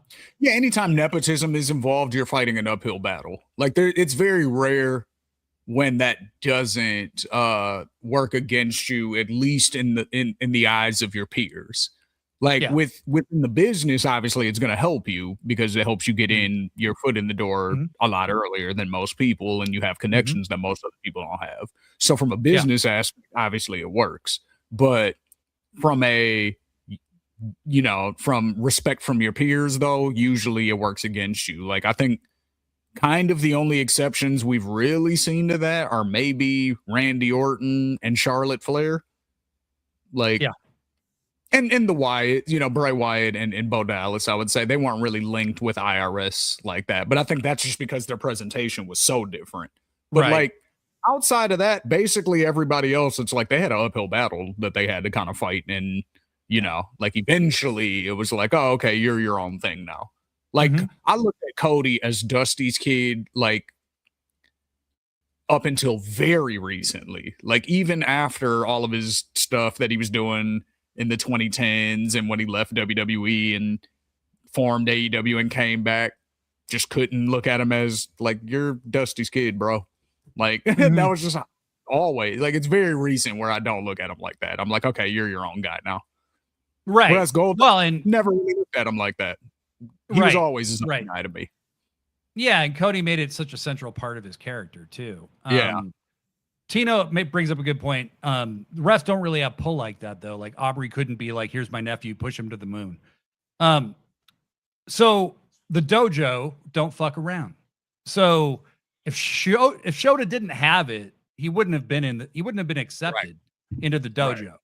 And that's where I kind of stand up for shooters sometimes, is like, when you look at that dude last night, he's jacked. He's jacked. He's got a great look. He's just figuring out the temperament of kind of his character. Yeah, I was gonna respond to that actually. I was gonna say if Aubrey's nephew signs, they better fucking push him. That's what I'm saying. Yeah. If Aubrey told me to push her nephew, I would. Yeah. Okay. We got to keep moving here. So Shota wins. Tana kind of helps him see the Death Riders off. And next match, we come to the women's world title match. It's the Toxic Spider Tekla versus Starlight Kid. I'm going to imagine you probably didn't know a lot about Starlight Kid. I did not. Shout out to Antoine, because he was telling a lot of us about Starlight Kid. He's kind of our resident Stardom and New Japan expert. So if you don't know something, definitely ask him about it, and he'll give you the rundown. So he was giving us a lot of, the history, and just telling us that Starlight Kid is dope, and that he was just really looking forward to the match. So I knew it was going to be good going into it, but I didn't know like what her style was or anything like that. I kind of assumed she was a high flyer, because just masked wrestlers and high flying goes together. It doesn't really matter where you're from. If you're Japanese, if you're a Mexican luchador, even United States wrestlers who have worn masks historically have also been high flyers. So it's like, I didn't know what to expect, but she had a lot more submission game than I expected, which again, I love, you know what I mean? So that was dope. And then this had a really good story going into it, because Tekla was just basically on some, y'all fired me and now I'm here to cause havoc to everybody. Like, fuck y'all. Whoever wants it, up. And so Starlight Kid is the one who stepped up. But it seems like it's leading beyond this. Like, this isn't a one and done Forbidden Door only thing. It seems like Tekla versus Stardom is about to be a thing for the foreseeable future, which I think is super fire. Like, that's just such a cool story to tell, So but I love the match though. Like, I love the match because like they wrestle in such a way, again, it's all about how you wrestle. Your size won't necessarily matter, because Tino's bringing up a good point, but and it's exactly the point that I'm about to make now. Both these women are extremely small, but their aura makes them feel 10 feet tall. 100%. I didn't realize that one of them was, I think they said 4'11" and the other one's 5'1" or something like that. Yeah, Tekla's 5'1" and Starlight Kid's 4'11". Yeah. And until they said it, I was like, there's no way that's true. Like, and I see them in the ring. Like, I know how tall they are in comparison to the ropes and what other wrestlers look like in comparison to those ropes. Just doesn't feel like it when they're wrestling. They wrestle like they're giants, and I don't mean as far as like the power style. I just mean as far as their presence, their aura, dare I say, to sound like a youngin'. You know what I mean? Like, that's what they bring, and it just it makes them feel like they're just as big as anybody else in that ring. Like, that was a fantastic match. Like, I haven't seen Tekla show that much desperation before. Right. She looked like she was kind of panicking a few times, where she really thought she was on the verge of defeat. And you never have seen that from her ever in AEW. She has kind of, in a weird way, and it's only weird because she's so small, I guess. And she's wrestled people who are so much larger than her, like Jamie Hayter and Statlander, multiple times Statlander, and so many others. But she's been a dominant heel. Like, she's really looked unruffled by any of these people, And that's why I'm shocked me when they said that she was 5'1", because I'm like, she wrestled Stat, who is like, she looks 5'9", 5'10" in the ring. I don't know if she's actually that tall, because Megan Bain's 5'8", so Chris might be like 5'7", 5'8", but that's still significantly taller than 5'1". But that doesn't click in my mind, though. They are the same size in my mind, or Tekla's like a little bit smaller. Like, you know what I mean? Yeah. Well, and like when she wrestled Jamie, she wrestled Jamie twice. She lost once and beat her once. But like, Jamie sold for her like she was a fucking giant, you know, because Tekla lays her shit in. Like, the reason her stuff in the ring looks good is because it's kind of connecting. Like, she lays that shit in. Yeah, it's a stiff style. Same for Starlight Kid. And I thought, you know, I had said on the preview and prediction show that I thought there was an outside chance Starlight might win. And I will say, good job to AEW and whoever for making it feel like that was even a possibility. Because there were so many times where it really looked like Starlight had her, and she just barely escaped. And then she finally wins in just the most brutal, like desperate, I have to kill you now. Like, I have to kill you to keep you down, but I'm going to. And she hits like 2 curb stomps and pins her. And then she tears her mask off. And you're like, oh shit, dude. Oh shit. Yeah, there was a lot of that yesterday. There's a lot of mask disrespect yesterday. And then she went to the scrum with the mask on and did the interview with the mask on. That I didn't see. That's crazy. She hit Taro Okada with the mask and knocked him silly. He took a bump. She smacked him so hard with that cloth mask that it actually knocked him off of his feet so hard to where his feet flew in the air, actually. And then he landed on the chairs and was knocked out for a minute. And then he tried to get up and was cross-eyed. Amazing selling. He was really trying to put Tekla over strong. Yes, he was. Yes, he was. And it was silly, but it was also great. He's been such a good sport with her kicking his ass. I think he probably likes it. But who wouldn't? Is he the honestly fired her? Yes. And he beat her. Or I mean, she beat him up, right? No, she's never like beat him up. Like, it's all an angle. So that was all angle, like even when she got fired originally. So her contract expired and she wanted to leave, and so they did an angle where she got fired. All of this is an angle. Got it. Okay. But that says something right there, though, that you thought there was even a chance this was real. You know, like that it started off that way or something. Like I literally up until right now thought that like she got into it with the owner of Stardom or whatever and like attacked him, and so he fired her as a result of that, and so she had to leave and she ended up coming over here. Like, I literally thought that was the story. That should be the story. That should be what everyone just rocks with. Yes. Tino says, well, Starlight Kid has a win over Tekla, so she knew Starlight Kid could potentially beat her. I mean, she looked like, fuck, I got to figure this out. I don't know how to figure this out. And I've never seen Tekla that flustered before. Yeah. Blurry line, Tekla, massive balls and aura maker about 6'3". That's a fact. E. Polanco, I just want some sort of way to get Saya Kamatani on North American TV. Me too.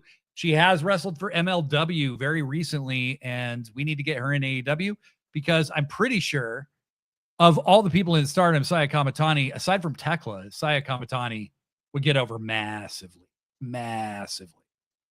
So yeah, they need to work on that. They need to get Saya on American on AEW. Very well in AEW, like because they understand the culture more. Yep, I think so. Like even the Joshis who do well in other places, they don't like, I don't know, like a lot of it is very, for the lack of a better term, racially stereotypical, whereas they're all presented very differently in AEW. Like Hikaru Shida and Mina Shirakawa are very different wrestlers. Yes. And they're presented very differently. You know what I mean? Right. So it's like, and I feel like that's how the rest of the Joshis are when they come to AEW as well. Like Micah, different presentation than the rest of them. What was the other Joshi's name who was in the tournament? Who was in the Owen Hart? Hazuki. Same. Hazuki. Yeah. Different presentation, different. Than the rest of them. Like all of them are different than the rest, which is how you mean life. Not all Japanese women are exactly the same? Exactly. That's all like wild. Which is like how life is, So it's cool to actually see that booked like that instead of, everything having to basically be the Kabuki Warriors type presentation. Yeah. The Kabuki Warriors. Are you like that name managed by Paige? Like that was at the very end of me watching WWE, and I just remember being like, this is so fucking stupid. When she got that numero dos in and spun her, yeah. Oh, yeah, that submission that she had her in where she was spinning her. Oh my God. Yeah, Okada had a little cartoon star circling around his head. I'm sure Taro Okada totally hates getting beat up by Tekla, Tino says. Yeah. Whereas Blurry Line says, I think this is his birthday present to himself. Shane, you said it's your birthday week. When's your actual day? Actually, a week from today, July 6th. Okay. July 6th. All right. I didn't get fired from Japan. Okay, I got fired from Japan. I was there live when she gave that promo, and I was sitting in the front row of that section about 25 feet away from her. Word. And you made a few TV appearances that day. You were getting over. Yeah, I fucking hung out with Mox for a minute. He smells great. Blurry Line says Tekla's frustrations were real in real life, like her idol killer gimmick was based in reality, but she was a pro through her departure. Yeah, I could see that. Okay. Taro Okada's relationship with Tekla is akin to Tarantino's relationship with the leading lady's feet.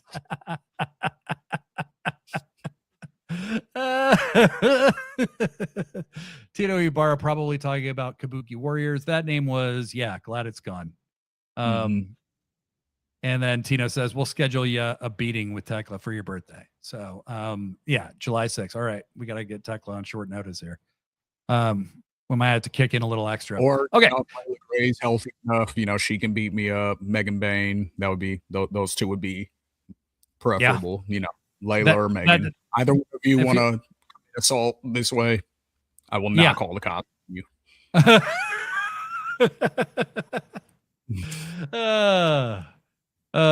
Okay. So next match was Cage and Cope versus the Dogs. And it feels weird to say this, and I mean no disrespect in saying so. This was the worst match of the entire show, and it wasn't bad. Like, it wasn't a bad match. So this was my I have to take the dog outside to go for a quick walk match. Because this was the one that I was like, I know this one has the most almost guaranteed finish. Like, I knew that Cope and Cage were going to retain.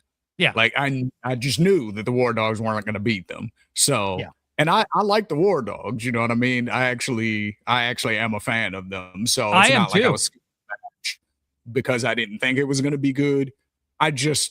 This one was a super predictable outcome. So I was like, I can afford to miss this one. So, I saw the end of it. I saw the best part about the match, which was the end.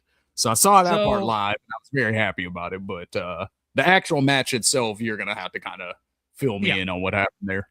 Well, it was just a very typical WWE style tag match, which is fine. Work slow, kind of. It was like kind of out of. It was very atypical of the rest of the show. It was a little slower, and that's how Cage and Cope work. They worked that way when they were younger too. You start slow, you build up, and it was fine, and all of it was good. I mean, it's like you know what you know. Well, 30 years actually. Yeah, and you're in your early 50s. You got to take care of yourself too. And so they got all the heat on. They were double teaming Christian Cage for a long time. Cope comes in. Standard WWE kind of tag match, and Everybody who listens to this show knows I am the first person to tell you I get most things wrong. But on Friday, I called almost exactly how this would happen. Not exactly, though, but almost exactly. What did happen was there was a ref bump, and as soon as that ref bump happened, I'm like, here we go. And Finley has the shillelagh. He hits Christian with it. He's about to hit Copeland with it. The lights go out. They come back on. The Bang Bang Gang is standing at the top of the entrance. I'm like, this is where it happens. This is where it happens. And they show in back of the dogs, Jay White's right, or really just David Finley. And what I love is Finley actually did this really well. He's like, fuck, he's behind me. He's behind me. And he turns around and he just takes a Blade Runner. Can I say what my favorite part was about that whole thing? Please. That I'm surprised nobody's mentioned this. Mm-hmm. Lights go off. Lights come back up. Bang Bang Gang's on stage. All four of them posing, doing the salutes. Mm-hmm. Lights go back off. When the lights came back on, it does the switchblade sound effect at the same time. Yeah. Oh, yeah. Oh, yeah. It was like, shing, and then the lights came. Holy shit. Mm-hmm. That was so fire. That was perfect. That was perfect. Blurry Line says Kaylee got to see Jay return live like she has this over us forever now. Yeah, that's true. Under that shirt. I don't know if anybody else was paying attention. He looked a little bit more. I'm like, okay, Jaden went on the Swerve diet. He looks a little bulky. Yeah, no, he did. He looked jacked. Yeah. So, he's been recovering and just working out like a motherfucker. It's like being in prison, basically. And then I ran to the homies and everyone started celebrating on the ramp. They exploded. Oh man, I was happy. That's that little kid feeling that you get watching wrestling that you had as a little kid. It's stuff like because we've been waiting for that for so long to see all five of them together. Like, what can they do now that they and we finally get it? It's like, it's so exciting. Yeah. Well, Jay White, he's just the fucking man in every single way. Jay White, in-ring style, I said it, my fave is Kenny all time. And him and Ospreay and like Kota Ibushi and maybe a few other people have that style that only people that athletic can actually do. That's why there isn't a lot of them. But outside of that style, Jay White, all day, all night, relentlessly logical, counter move after counter move after counter move, stifling people, frustrating people, pissing people off till they make another mistake. He Blade Runners your ass and pins you. He's so good. He's so fucking good. And he's smooth. I think that's what I call Jay's style, because it's not overly flashy. It's not overly technical. It's not overly striky. It's not overly one thing or another. He does everything good enough, but his movements are just fluid as fuck. Yeah. You know what I'm saying? So I think that's what I like about him. It's and because he's not explosive, but he's quick.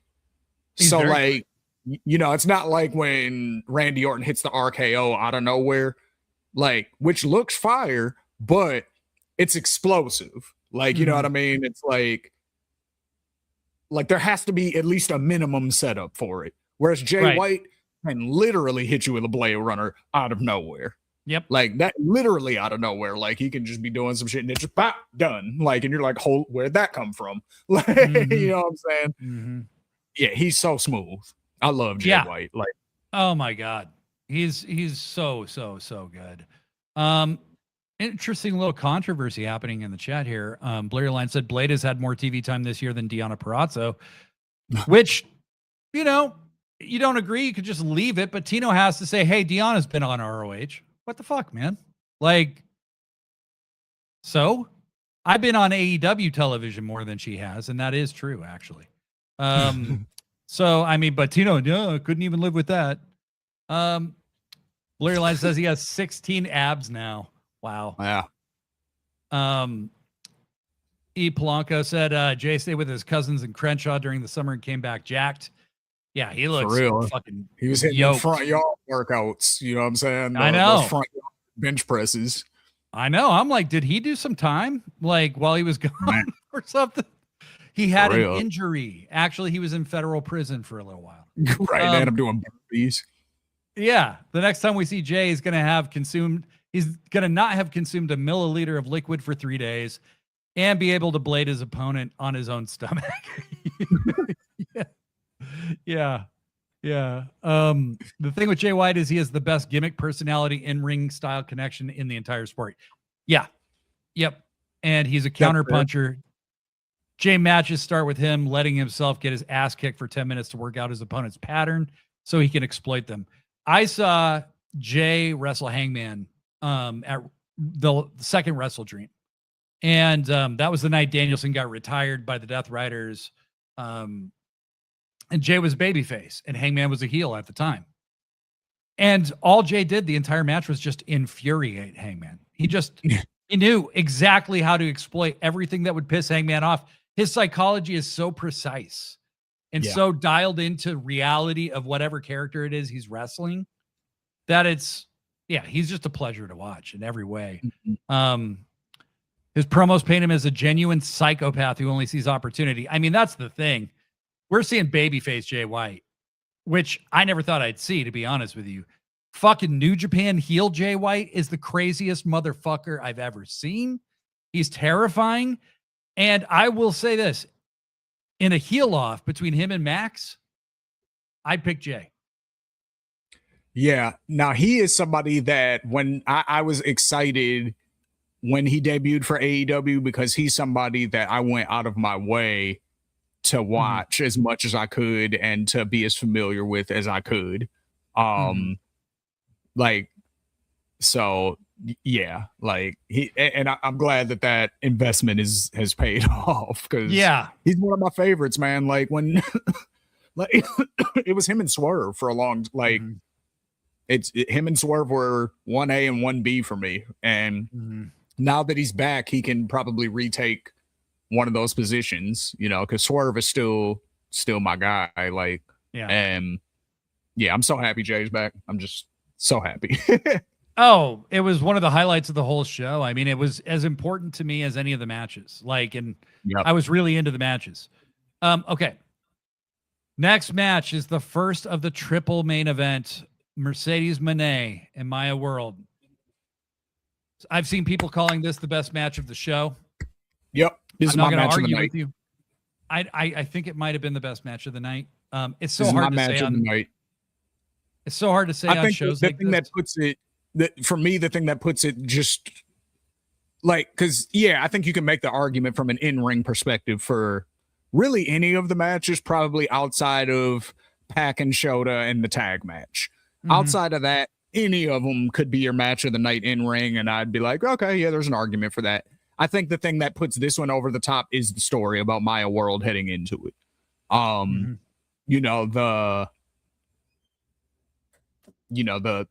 unexpected hero story, basically, where it's like, oh shit. Even one of them said it, if she keeps getting upsets, at what point do we stop calling them upsets? At what point is she's arrived? And I was like, I like that that's the story they're telling. You know what I mean? That at first it was like, oh shit, Maya World, oh, we didn't expect this. Then it was like, oh, she beat Athena. So she's building her confidence up and the audience is building their confidence in her at the same rate as she's going through this real life tragedy outside of it. You know what I mean? And she's using that as motivation to keep going.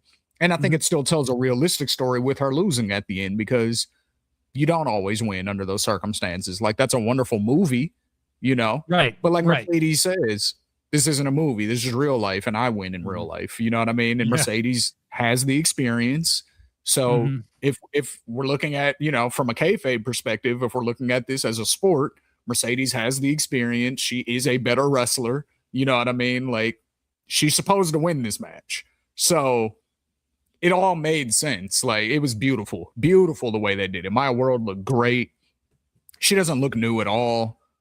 She's she looks like she is experienced. Like she looks fluid in the ring.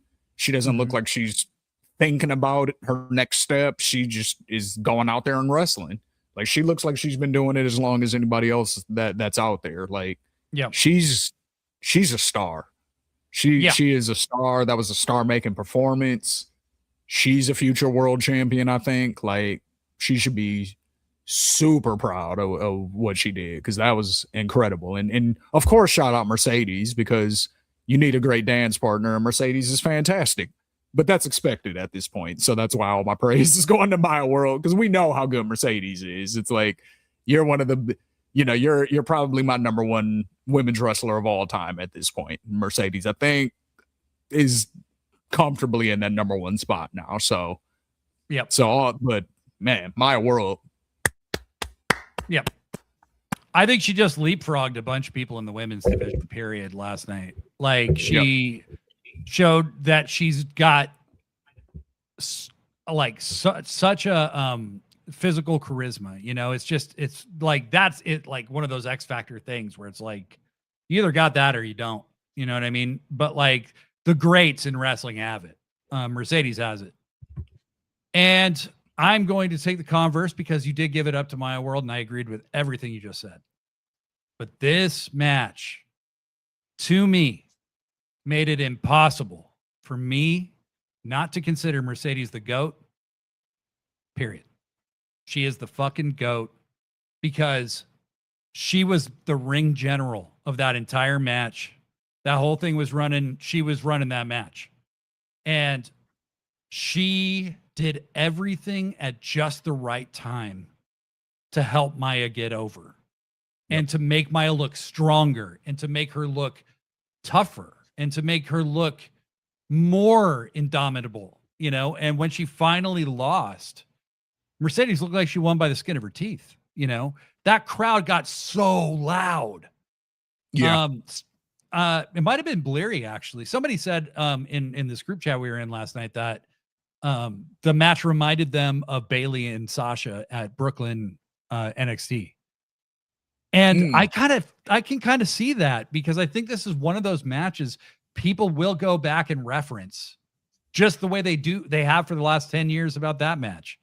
It's like, it's a better in-ring match than that match, but like, my God, Mercedes gave everything to Maya World that she could to make her a star, and Maya was completely capable of carrying it. Fuck. It was so fucking good. When Mercedes pulled it out, I was like a little bummed, because they really convinced me that Maya was going to win. And and I wasn't bummed that Mercedes did. I'm just like, I was really rooting for Maya, but they got me. And that was the story they were telling. And that's why it was so good, because like I said, with everything combined, because this would have, unfortunately, obviously it took a series of negative events for this to transpire. Yeah. Willow had to get hurt, unfortunately, then there was somebody else who got hurt, I want to say, as well. Right. So it actually, the original winner was supposed to be Toni Storm. Toni Storm. Okay. And she is out for whatever the reasons are. Whatever the reasons are. We don't know. Yeah. Right? God damn it. We have no idea. Yeah. So, since she's out as well, okay. So now you have to come up with a brand new plan. And then Maya World's brother dies. Sari wasn't cleared either, so that's a third option that you don't have. So, but then Maya World's brother dies, and it's like, how do you, like, it's fucked up to say capitalize on that, but what better motivation would somebody have to go try to win a tournament at a sport that their brother introduced them to, which is probably, he loved. You know what I mean? Like, even though it's fucked up, like, it made perfect sense, and that's probably why she rocked with it, like, because they weren't really exploiting her brother's memory. You know what I mean? It was more or less like a dedication to her brother. And I think it's a lot more tasteful than I've seen it done in the past. Yeah, exactly. So, yeah, well done. Fucking well done. Oh my God. And like, we got a bunch of people with stuff to say about this match. But I will say, as I understand it, what happened is her brother was killed. They told her to take some time off, and she showed up at ROH, the Global Wars tapings anyway. And that's when Tony was like, you know what? Fuck this. Like, we're gonna fucking just. Sari couldn't be cleared, and then they were like, fuck it. Put Maya there. Because he already liked her as a wrestler, you know, but he's put his faith in the right person, and she proved it last night. Like, good Lord. So Blairy says this for me is tied with 3 others, but to be fair, all of those matches were absurdly good. They all were. Yeah. From an enhancement contract to being on the main card, she is the it girl, E. Polanco says. Tino Ibarra, yes, Maya is taking that ROH title. So after the match, 100%. Right after the match, they cut to Athena, who basically called Maya a punk, said, you know, she ain't shit. And I was like, oh, this is what's happening. Like, Maya's going to end this. No sense. They've already set it up. We know it can happen because she beat her already. So we know she can beat you. And then student versus teacher. Yeah. And now we know she's going to be. It's kind of what we all thought was going to happen with Billy, but it's going to be Maya instead. Maya's such a better choice. It's not Billy's fault either. It's just Billy has a ways to go. She's super young. Like, Billy's like still green in the sense that somebody that age should be. Nick Wayne is a freak, you know. Nick Wayne's been wrestling since he was like 8 years old, you know. Bleary Line says Maya World can never be looked at the same way ever again. She is permanently elevated. Absolutely. If she ever were to end up being forgotten about, that's a Tony Khan problem, not a Maya World problem. 100%. Mercedes made Maya's statement make her look brutal. Yeah, Tino. Yeti Malone, Maya World doesn't do what a lot of other wrestlers do, where they look like they're waiting for the other person to get to a spot. Totally. She finds ways for things to look natural. Bleary, Mercedes could have had this match with a broomstick, and I don't mean to put down Maya World. What I mean is that Mercedes was so in control that the variables for her opponent were so limited. She knew this. Exactly. Can I push back on that a little bit? I only want to push back on that a little bit. And the reason why I say that is because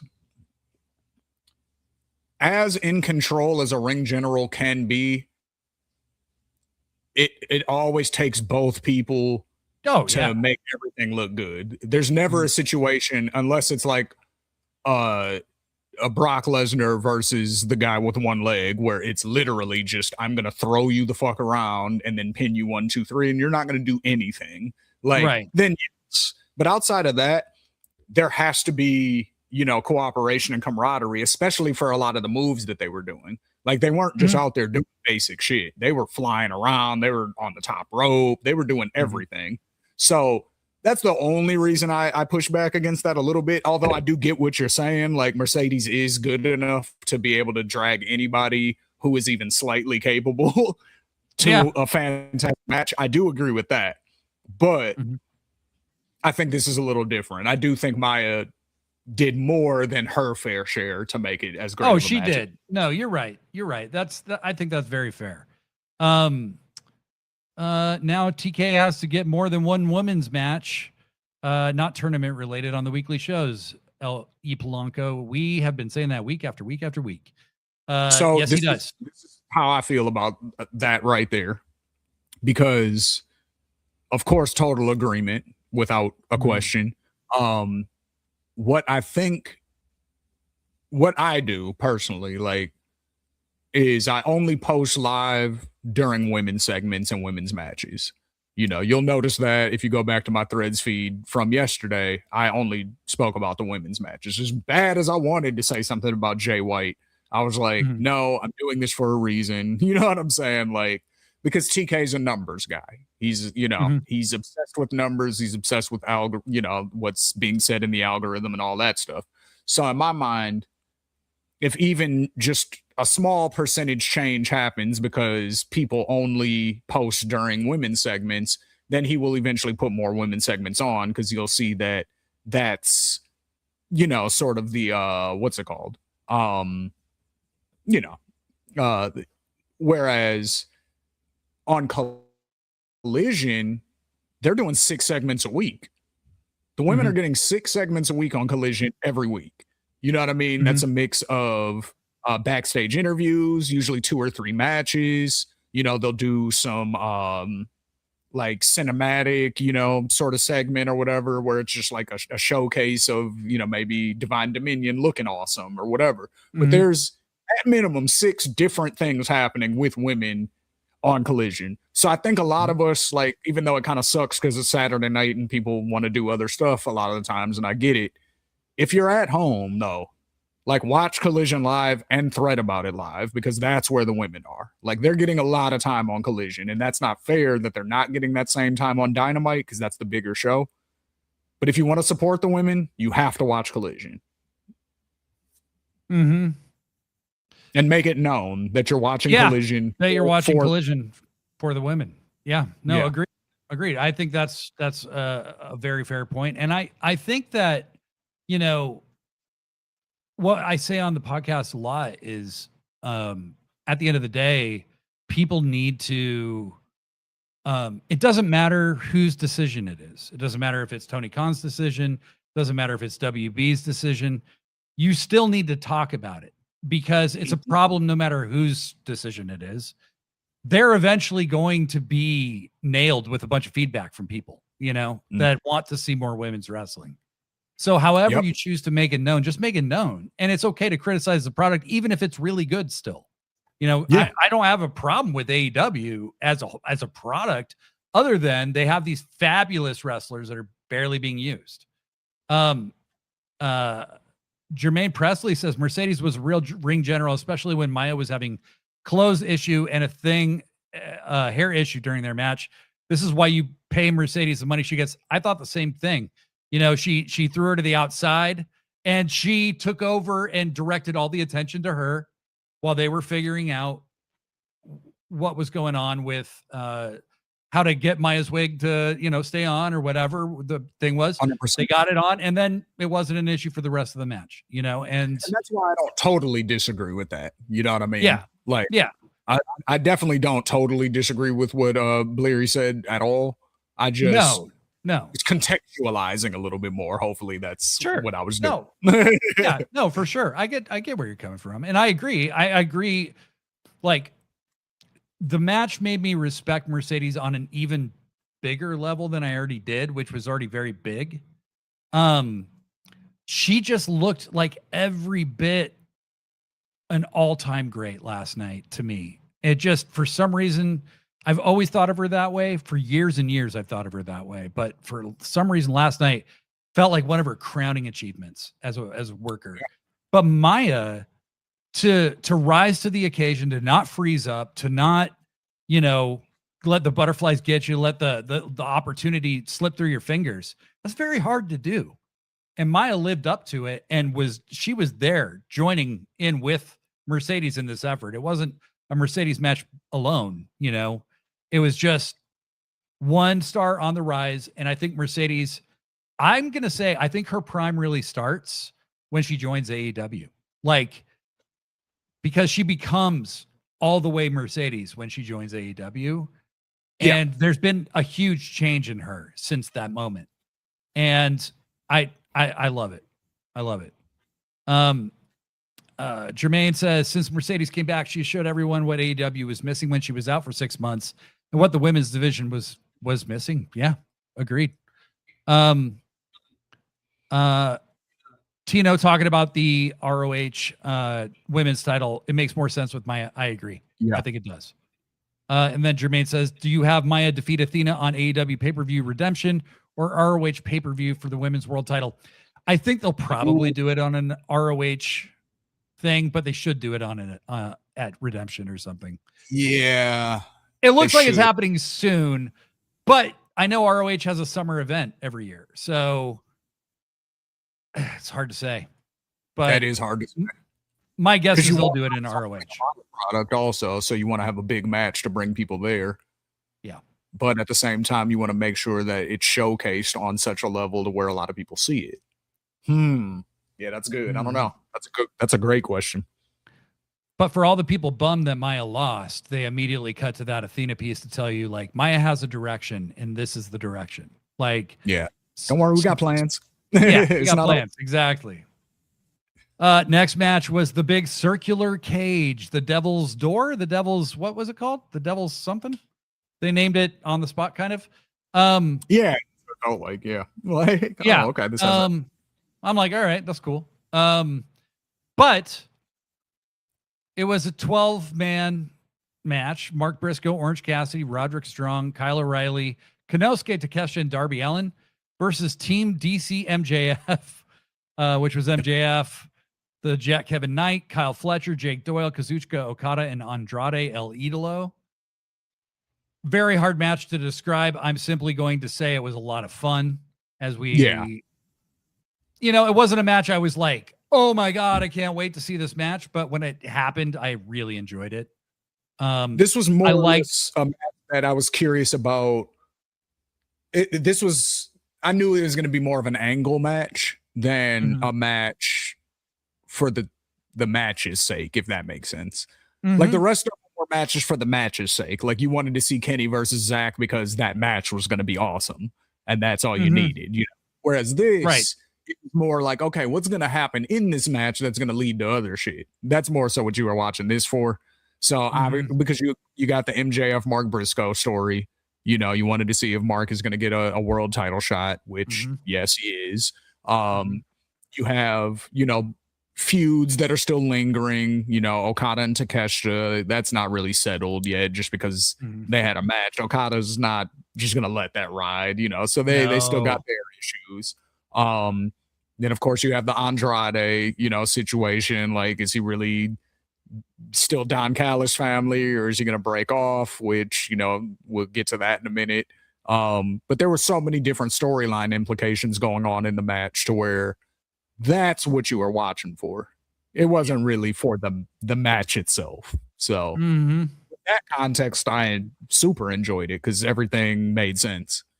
Well, and this kind of harps on the same point I made after Double or Nothing, is that big cluster comedy / hardcore match is a great way to bring people down before you like go into super serious territory again. Because if you had done Will and Swerve right after Mercedes and Maya, I think the crowd would have had a hard time getting back up again, you know? This was like a silly distraction almost in a lot of ways. And that was perfect for the moment. You know, that was like, they can't do a huge group hardcore match every time, but having something that was funny, and we got to talk about the funny highlights of this. I do want to give Blurry Line a chance to say a comment here, just to kind of clarify what he was saying about Mercedes. Set the foundation for a 5-star match and performed all 5 stars of that match. Maya World added the 6th, and that 6th star is the hardest one to earn. Yeah, I mean, it's I understand where you're coming from, Blair. I totally do. No, I think do too. that, yeah, at the end of the day, like, Maya World showed everybody that she is so much more than like this 3-minute, you know, I got hired instead of Tegan Knox kind of thing. You know, like she's here. She's ready right now. She is ready right now. And that's all she needed to do. And she exceeded expectations in every way. But what do you think of the circle cage? I was curious how they were going to make it work when they announced that it was a cage match at first. And I was like, okay, well, it's not the blood and guts style where they do it like war game style. I was like, okay, it doesn't seem like it's going to be that because there's only one ring. You know, but they just kept saying cage match. I was like, is there going to be a lid on the cage? Like, how big is this cage going to be if there's 12 guys? Like, so when they showed it at the beginning, like during the pre-show, and they were like, you know, showing it hanging above the ring, it was like, okay, that's actually pretty cool. Like, yeah. So then, you know, the actual match, I mean, yeah, it was pretty much what you would expect from 12 guys being in a cage having to fight each other. You know, so that part was cool. Like I said, it was more about the story implications for me. So, and like I said, all of the story stuff that they did made sense. So I was happy with it. The whole thing was a story match for sure. And, you know, they had alluded to some of the tension, you know, with Andrade and MJF. They had, you know, alluded to other tensions within the Don Callis family, between Fletcher and Kevin Knight, between, and everybody from both sides of the team had a personal dispute with pretty much everybody from the other team. And so, first things first, having Willow be the conglom mom and pack fruit snacks for everybody was fucking hilarious. The orange bites, they all like take a bite. Kyle O'Reilly and Orange and Roddy played that perfectly. Kyle O'Reilly beats a man with a Nintendo. They're strangling people with Nintendo controllers. All of that was so good. And then the fact that they then used the citrus from the orange to torture Kyle Fletcher by pouring it into his cut was pretty great. And see, that brings up a different point that you made yesterday where you were like, you know, surprised in a good way that the conglomeration story has been able to last this long. Yeah. And I brought up the point that it's because they have so many members and like members that are adjacent to them. Like they're not all always involved in conglomeration related storylines. So like right now, Harley's doing her own thing. Willow is recovering, but when Willow was here, she was kind of doing her own thing. You know, Ishii, he's off doing whatever he's doing, you know, like wrestling in Japan or whatever. So it's like, then these people can come back in, and then, you know, Roddy can go off and do something else, or Roddy and Kyle can go off and do something else, and Ishii can come back and kind of fill, you know, so it's like a circling cast of people. So the group is always changing, even though the group always stays the same. Because like, unless, I don't know if Takeshita is going to like fully join the conglomeration or if he's just going to kind of team with them sometimes. I hope it's that more. I think that's what it is. Yeah, I think that's closer to what it is. Yeah, like I hope he's like an affiliate, you know, like that. If they need somebody, they can hit him up, and you know, outside of that, I'm doing my own thing. But since that's kind of how their group functions, I think it allows them to just kind of keep going, you know. So at the beginning of the match, they brought a bunch of bags with them down to the ring. You know, it's not uncommon for the conglomeration to have the bags, but Roddy has this gigantic fucking bag. And you're like, what the fuck is in that thing? And at one point it was in the ring, and then it got kicked out of the ring. And obviously there's two bags, right? Like Roddy was carrying one that didn't have much in it, but was stuffed to look like it did. And the second one had fucking Lio Rush in it. What an insanely good cameo. Holy shit, that was so funny. Did that blow your mind? Yeah, it did. It did, because it was so unexpected. Like, I didn't know what I thought was going to be in the bag, but I definitely didn't expect Lio Rush. Nope.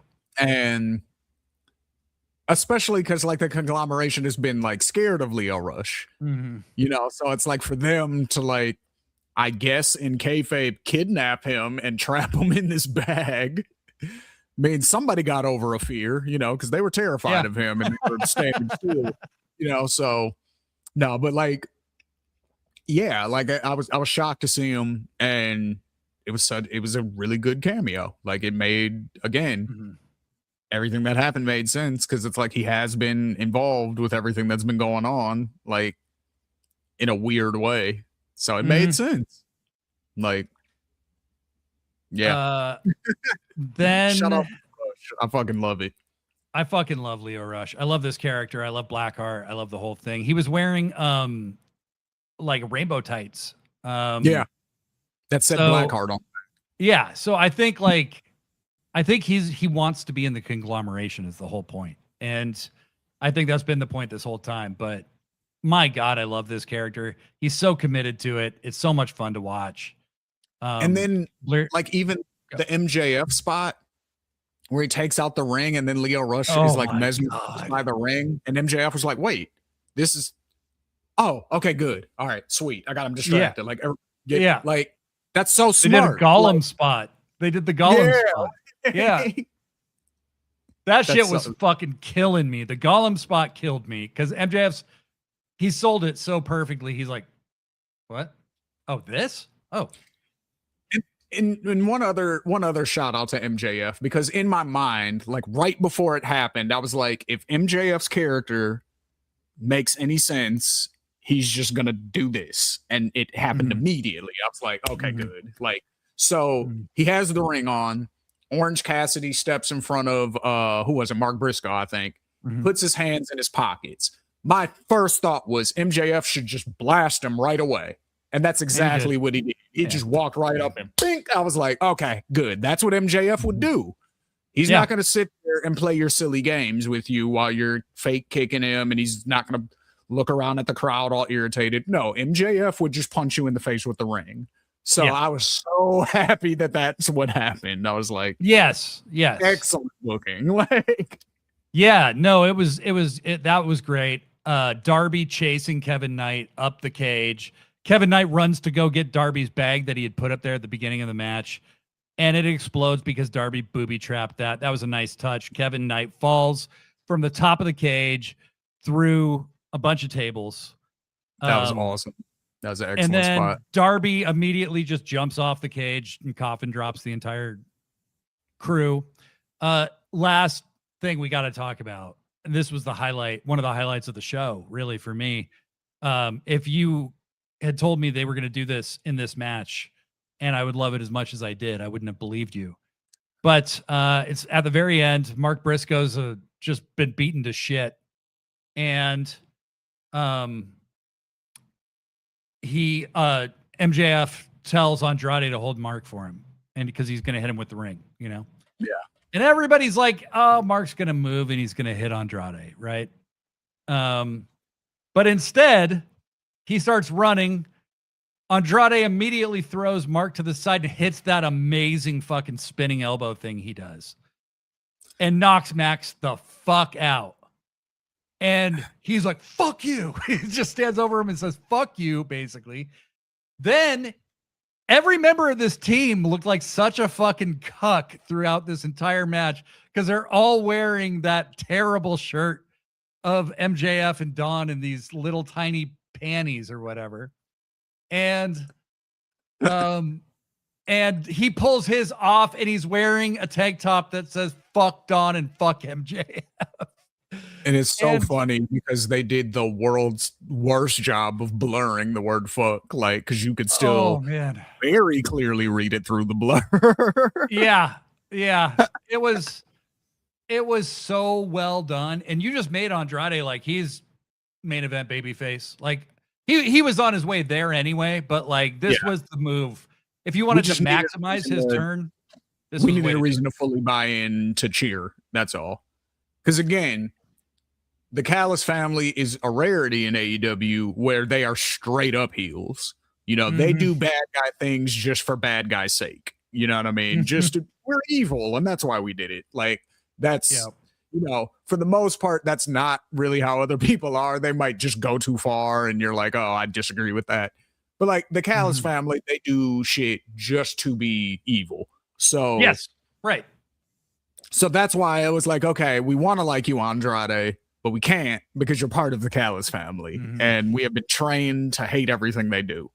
So now it's like, you know, he's, in the words of Mark Wahlberg, he's a pretty little peacock. You got to let him fly. That's right. That's right. Blurry Line says Roddy and Kayfabe like hunted a captured Lio Rush to unleash on his enemies like a snake. Yes. Presumably set snare traps and everything. The circle cage should be used to denote that this is a silly cage match as opposed to a regular cage match or blood and guts. Yeah. Shout out to Takeshita for finding his finger in the backpack as well. Yeah. I love that Takeshita literally brought a backpack out with nothing in it to do the flip off spot to Okada. That he like planned that. He was like, planned it. You got me. That was a good one. Yeah. I know Okada laughed and then took a swing at him. And then Tino says, that's how you quit a team. Then, then Jake something gets kicked in the nuts and takes fucking Mark Briscoe's the J Driller, and it's over. So Mark Briscoe's getting a title shot this Wednesday on Dynamite. Which I don't know. Like, I could see MJF losing it because he obviously is injured, you know? And no preparation, man. Max's kryptonite is no prep. Yeah. Blurry Line says, if you plan on quitting your job, the standard has been set. Yes, that is true. Last match. It's Will Ospreay and Swerve Strickland. We knew this was going to be a really good match. It was so much better than I expected it to be. Like, their match at Forbidden Door, when Swerve beat him at Forbidden Door when he was world champion, was my favorite title defense of Swerve's up until Danielson at All In. This was miles better than that. Like, this was crazy shit. And it had so many fucking layers of story to it. Yeah. I can't describe most of the match because it's so crazy. But the spot, nobody could really do it justice. Like, you just got to watch it. You have to. The deeper they get in, they're both bleeding like buckets, and Swerve gushed. Man, Swerve hit that same gusher he hit in that Hangman Texas Death Match. What he did. He hit that Eddie special is what I call that. The Eddie Guerrero special, man. Like, because he never it never stopped. Once he started bleeding, it continued pouring. Yeah. The rest of the match. Like, Will Ospreay eventually dried up and stopped actively bleeding. Swerve's never did. No. Like, he was at the very end of the match when they were looking at each other, getting ready to do the what's the duel? What's the called when people like we're both lining up and we're gonna go at each other at the same time, like the duel spot. Yeah, you know? A duel. Like, yeah. So he was standing there and it was pouring out of his face still. And that was like a solid 10, 15 minutes after it started bleeding. Like, oh God, he wrestled so long after it started. Like, I was like, thank God he got that extra weight, man, because he would have fucking passed out if he was small Swerve still trying to do that. Oh, no shit. But Blurry Line says the buckshot hidden blade is the highest form of pro wrestling in-ring storytelling possible. So many shout outs to Hangman in this match by both these guys. Swerve hits the dead eye at one point. I mean, everybody's alluding to Hangman. You forget, like, this is the future of the main event, you know, of AEW. And it's not even the future anymore. It's happening right in front of us. You know, Swerve, Ospreay, MJF, and Hanger. Like, that's it. That's the crew right there. And those are your sure things, you know? And now it's Ospreay's turn to have that main story. And then, the Death Riders come down to the ring to cheer Will on. This is important for two reasons, because it gives Will something to draw some inspiration from when he's about to be beaten, right? But I also think this will be the impetus for the creation of the new embassy. And this is where Swerve's going to form his stable from. Like, he was outnumbered. He felt intimidated. It gave Will an edge. He's like, fuck this. I need people watching my back too. But when they did that thing where Ospreay's on his knees, out. Ospreay just doing incredible selling.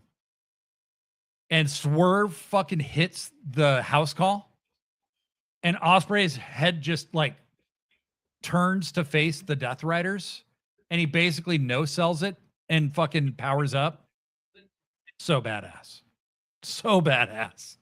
There was so much storytelling in this match. The other crazy no-sell spot, obviously, is when Will Ospreay gives the hidden blade to Swerve. Swerve just eats it and then just back elbows the shit from and knocks him the fuck out. That shit was crazy. That was crazy. Remember when he wrestled Danielson at All In and Danielson hit the Buzaiku knee on him, and he just like laughed and like brushed it off. Like Swerve does this thing where he has like monster mode where he's like, you cannot hurt me. Like he gets hit with a hidden blade, no sells it, and then destroys Ospreay with one. I almost took it the opposite way. Rather than, or maybe it's a combo of both, but rather than it Swerve being in monster mode, I almost took it as he beat Will's ass so much that he couldn't deliver it effectively. So that's I think that's just it. You know what I mean? It just bounced off him basically because Will had no strength. That's what the announcers. That's the cool thing about wrestling. You can do both. Like, yeah, no, and I think yours is probably closer to what they intended. I think the same was true of Danielson too, because Swerve had been dominating them. You know, right? Like, I loved it. And when Swerve hit Will back, I mean, Jesus Christ, that was vicious. Yeah. So, yeah, basically, they hit each other with everything they had, all their finishers, everything. Both guys kicked out of everything. And Will had to finally hit the Tiger Driver, which he didn't hesitate to hit. The only guy, the only two people he's ever done that move to are Kenny Omega and Bryan Danielson. And he did it to Swerve and pinned him. What a fucking match. Like, in ring, this is probably the match of the night. Probably, maybe. Yeah. Yeah, I mean, it's Swerve and Will Ospreay. Like, I think Mercedes and Maya is up there. Like, I really think it was that. I know. But it's really just kind of what like, did you prefer? Like, you could really pick any match that pretty much outside of the tag match in the Pac Shota match. Any other match, it's like, yeah, it's debatable. Yeah. Like, if this is your favorite match, it makes sense. This is a wonderful match. Like, now I want to know if you notice this, and am I looking too much into this? Mm-hmm. So when they're celebrating the win, and they have Will Ospreay on the shoulders of Moxley and Claudio, and Daniel Garcia is over on the right, and he's just losing his shit celebrating for Will Ospreay. Yeah, fucking let's go! Ah! And Marina's smiling, and everyone looks happy. Even Pac is celebrating the win. He doesn't celebrate anybody's wins. He doesn't even celebrate other Death Rider wins. Like, he doesn't give a fuck anybody. But Will, he celebrates Will, right? I want to know, am I looking too much into this, or did you see this when they have him on the shoulders? Claudio and Moxley look at each other, and Moxley winks at Claudio. Mm-hmm. Does that mean anything? They were, what are we, like, am I reading too much into things, or did you see that? No, you were supposed to feel that tension, and there was a tension very similar to like them turning on Danielson, where it was like, and kind of like when Mox and Claudio looked at each other, it was kind of like, do it now, or like, wait, kind of thing. Yeah, the Death Riders are going to turn on Will, I think. I mean, I think that's. But do you think the tension game is for him to win the title so that way Mox can get it from him? Because he's like, I taught you everything you know now, so I'm going to, like that kind of thing. Where it's like, you're going to be the easiest person for me to get the belt from because I know everything you know. I taught you everything. I just got done training you. You're my young boy now. Like that kind of deal. You're my young boy. Yep. I think that is. They'll wait until he has the belt. Ooh. Goddamn. All right, let's read the rest of this chat and get the fuck out of here, man. Dude, fucking what a conversation, man. Like, when 3 hours. It's easy when they are giving us shit like that to talk about. They're giving us type of shows. It's easy to talk for 3 hours about it. Yeah, totally. Tino says, how mad was Mox that his match didn't have the most blood? Right. And it had a lot of blood, too. Swerve has no coagulation factor, Blurry says. Tino says, Swerve needed some of those orange slices. Blurry Line says, losing 3/4 of your blood and losing one of the biggest matches of your career will make a man do funny things. Yeah. Blurry Line says, Swerve clicks in L3 and R3 and gets 6 seconds of invincibility.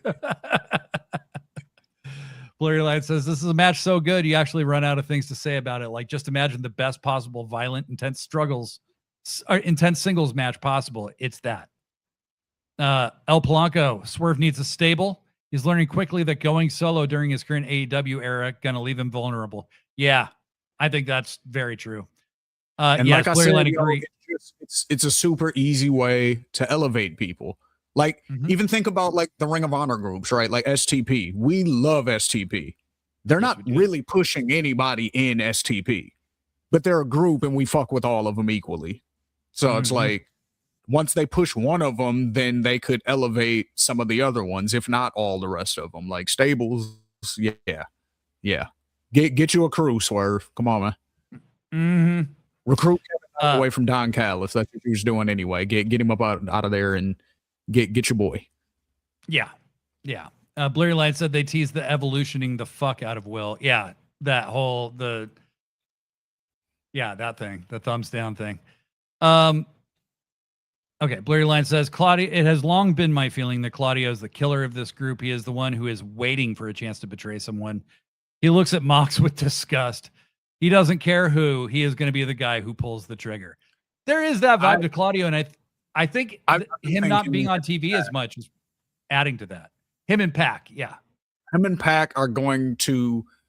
I still see division happening the same way that when we initially thought the Death Riders were going to break up. I still see it happening very much the same way, where Mox is going to lose his title against somebody that Claudio and Pac just feel he should not be losing the title to. And when that happens, they are going to Danielson him. However, the group is going to dissolve at that point. There's not going to be any more Death Riders. It's not going to continue on with Moxley being outed. It's over at that point, because I think Marina will side with Moxley. I think Garcia potentially sides with Claudio and them, because it seems like he's closer with like Claudio and Pac. And then Yuta maybe plays that confused middle, I don't know where to go kind of role. Because that's what he does, right? Like, he did it at the beginning with kicking Danielson out. He didn't want to be, but eventually he did. So he could play that role kind of. But I think the group's over at that point. But yeah, like, Claudio is going to be the one to do it for sure. Because he's always the one that's looking at Moxley like, just wait. Just wait till you fuck up. Like... Blurry Line says, I either think Marina will side with Mox or Marina will be brokenhearted at having to betray him. Yeah, I could see either. See that too. Yeah, I thought Marina's reaction to Daniel, I think, foretells something bigger too. So to Daniel losing, like the disappointment on her face. Yeah. Well, everybody, if you haven't, please subscribe to our channel, Pro Wrestling Forever. We're live every Monday at 3 p.m. Pacific, 6 p.m. Eastern. Shane, tell the people where they can find you. Oh, man, you can find me on Threads at Shane_ethos, as you see right there under my face. Yeah. And then definitely subscribe on YouTube. We go live, several times a week. I bring you just various news stories, things I find interesting, different levels of conversation. I create a lot of content that pisses off racists, and I love arguing with them in the comment section. So follow us on Instagram for that at Ethos Media Network. Yeah, because there are plenty of racists on there that need combating. So feel free to come join me in my fight. Yeah, outside of that, that's where you'll find me, at Shane_ethos everywhere, and at Ethos Media Network for all the content. Hell yeah. Yeah, we were all it's going at it with some racists in your comments last week. Jesus Christ. Yeah, it's a very regular thing. So, just if you follow, you will see it. Trust me. They're all the time. Massive love to everybody. Blurry Line said this is one of my favorite podcast apps ever. That's awesome. Also, I think it's why it's important Mox has a continental title. Is what gives him his keys to power. Yeah. There's so much to bite into on this show. There really is. There's so many possibilities. Now we're heading towards redemption, but really we all know we're heading towards All In. So make sure you subscribe to us, leave us a 5-star review, wherever it is you can leave reviews. And thank you so much for joining us. I'll be back with you on Friday at Sit Down, Shut Up, Mark Out. That's at Sit Down, Shut Up, Mark Out. That's our YouTube channel. And join me there at 3 p.m. Pacific, 6 p.m. Eastern. We'll be talking about the fallout on Dynamite. So hope you all take care of yourselves till then. Bye. Shane, stay here. Everybody else, goodbye.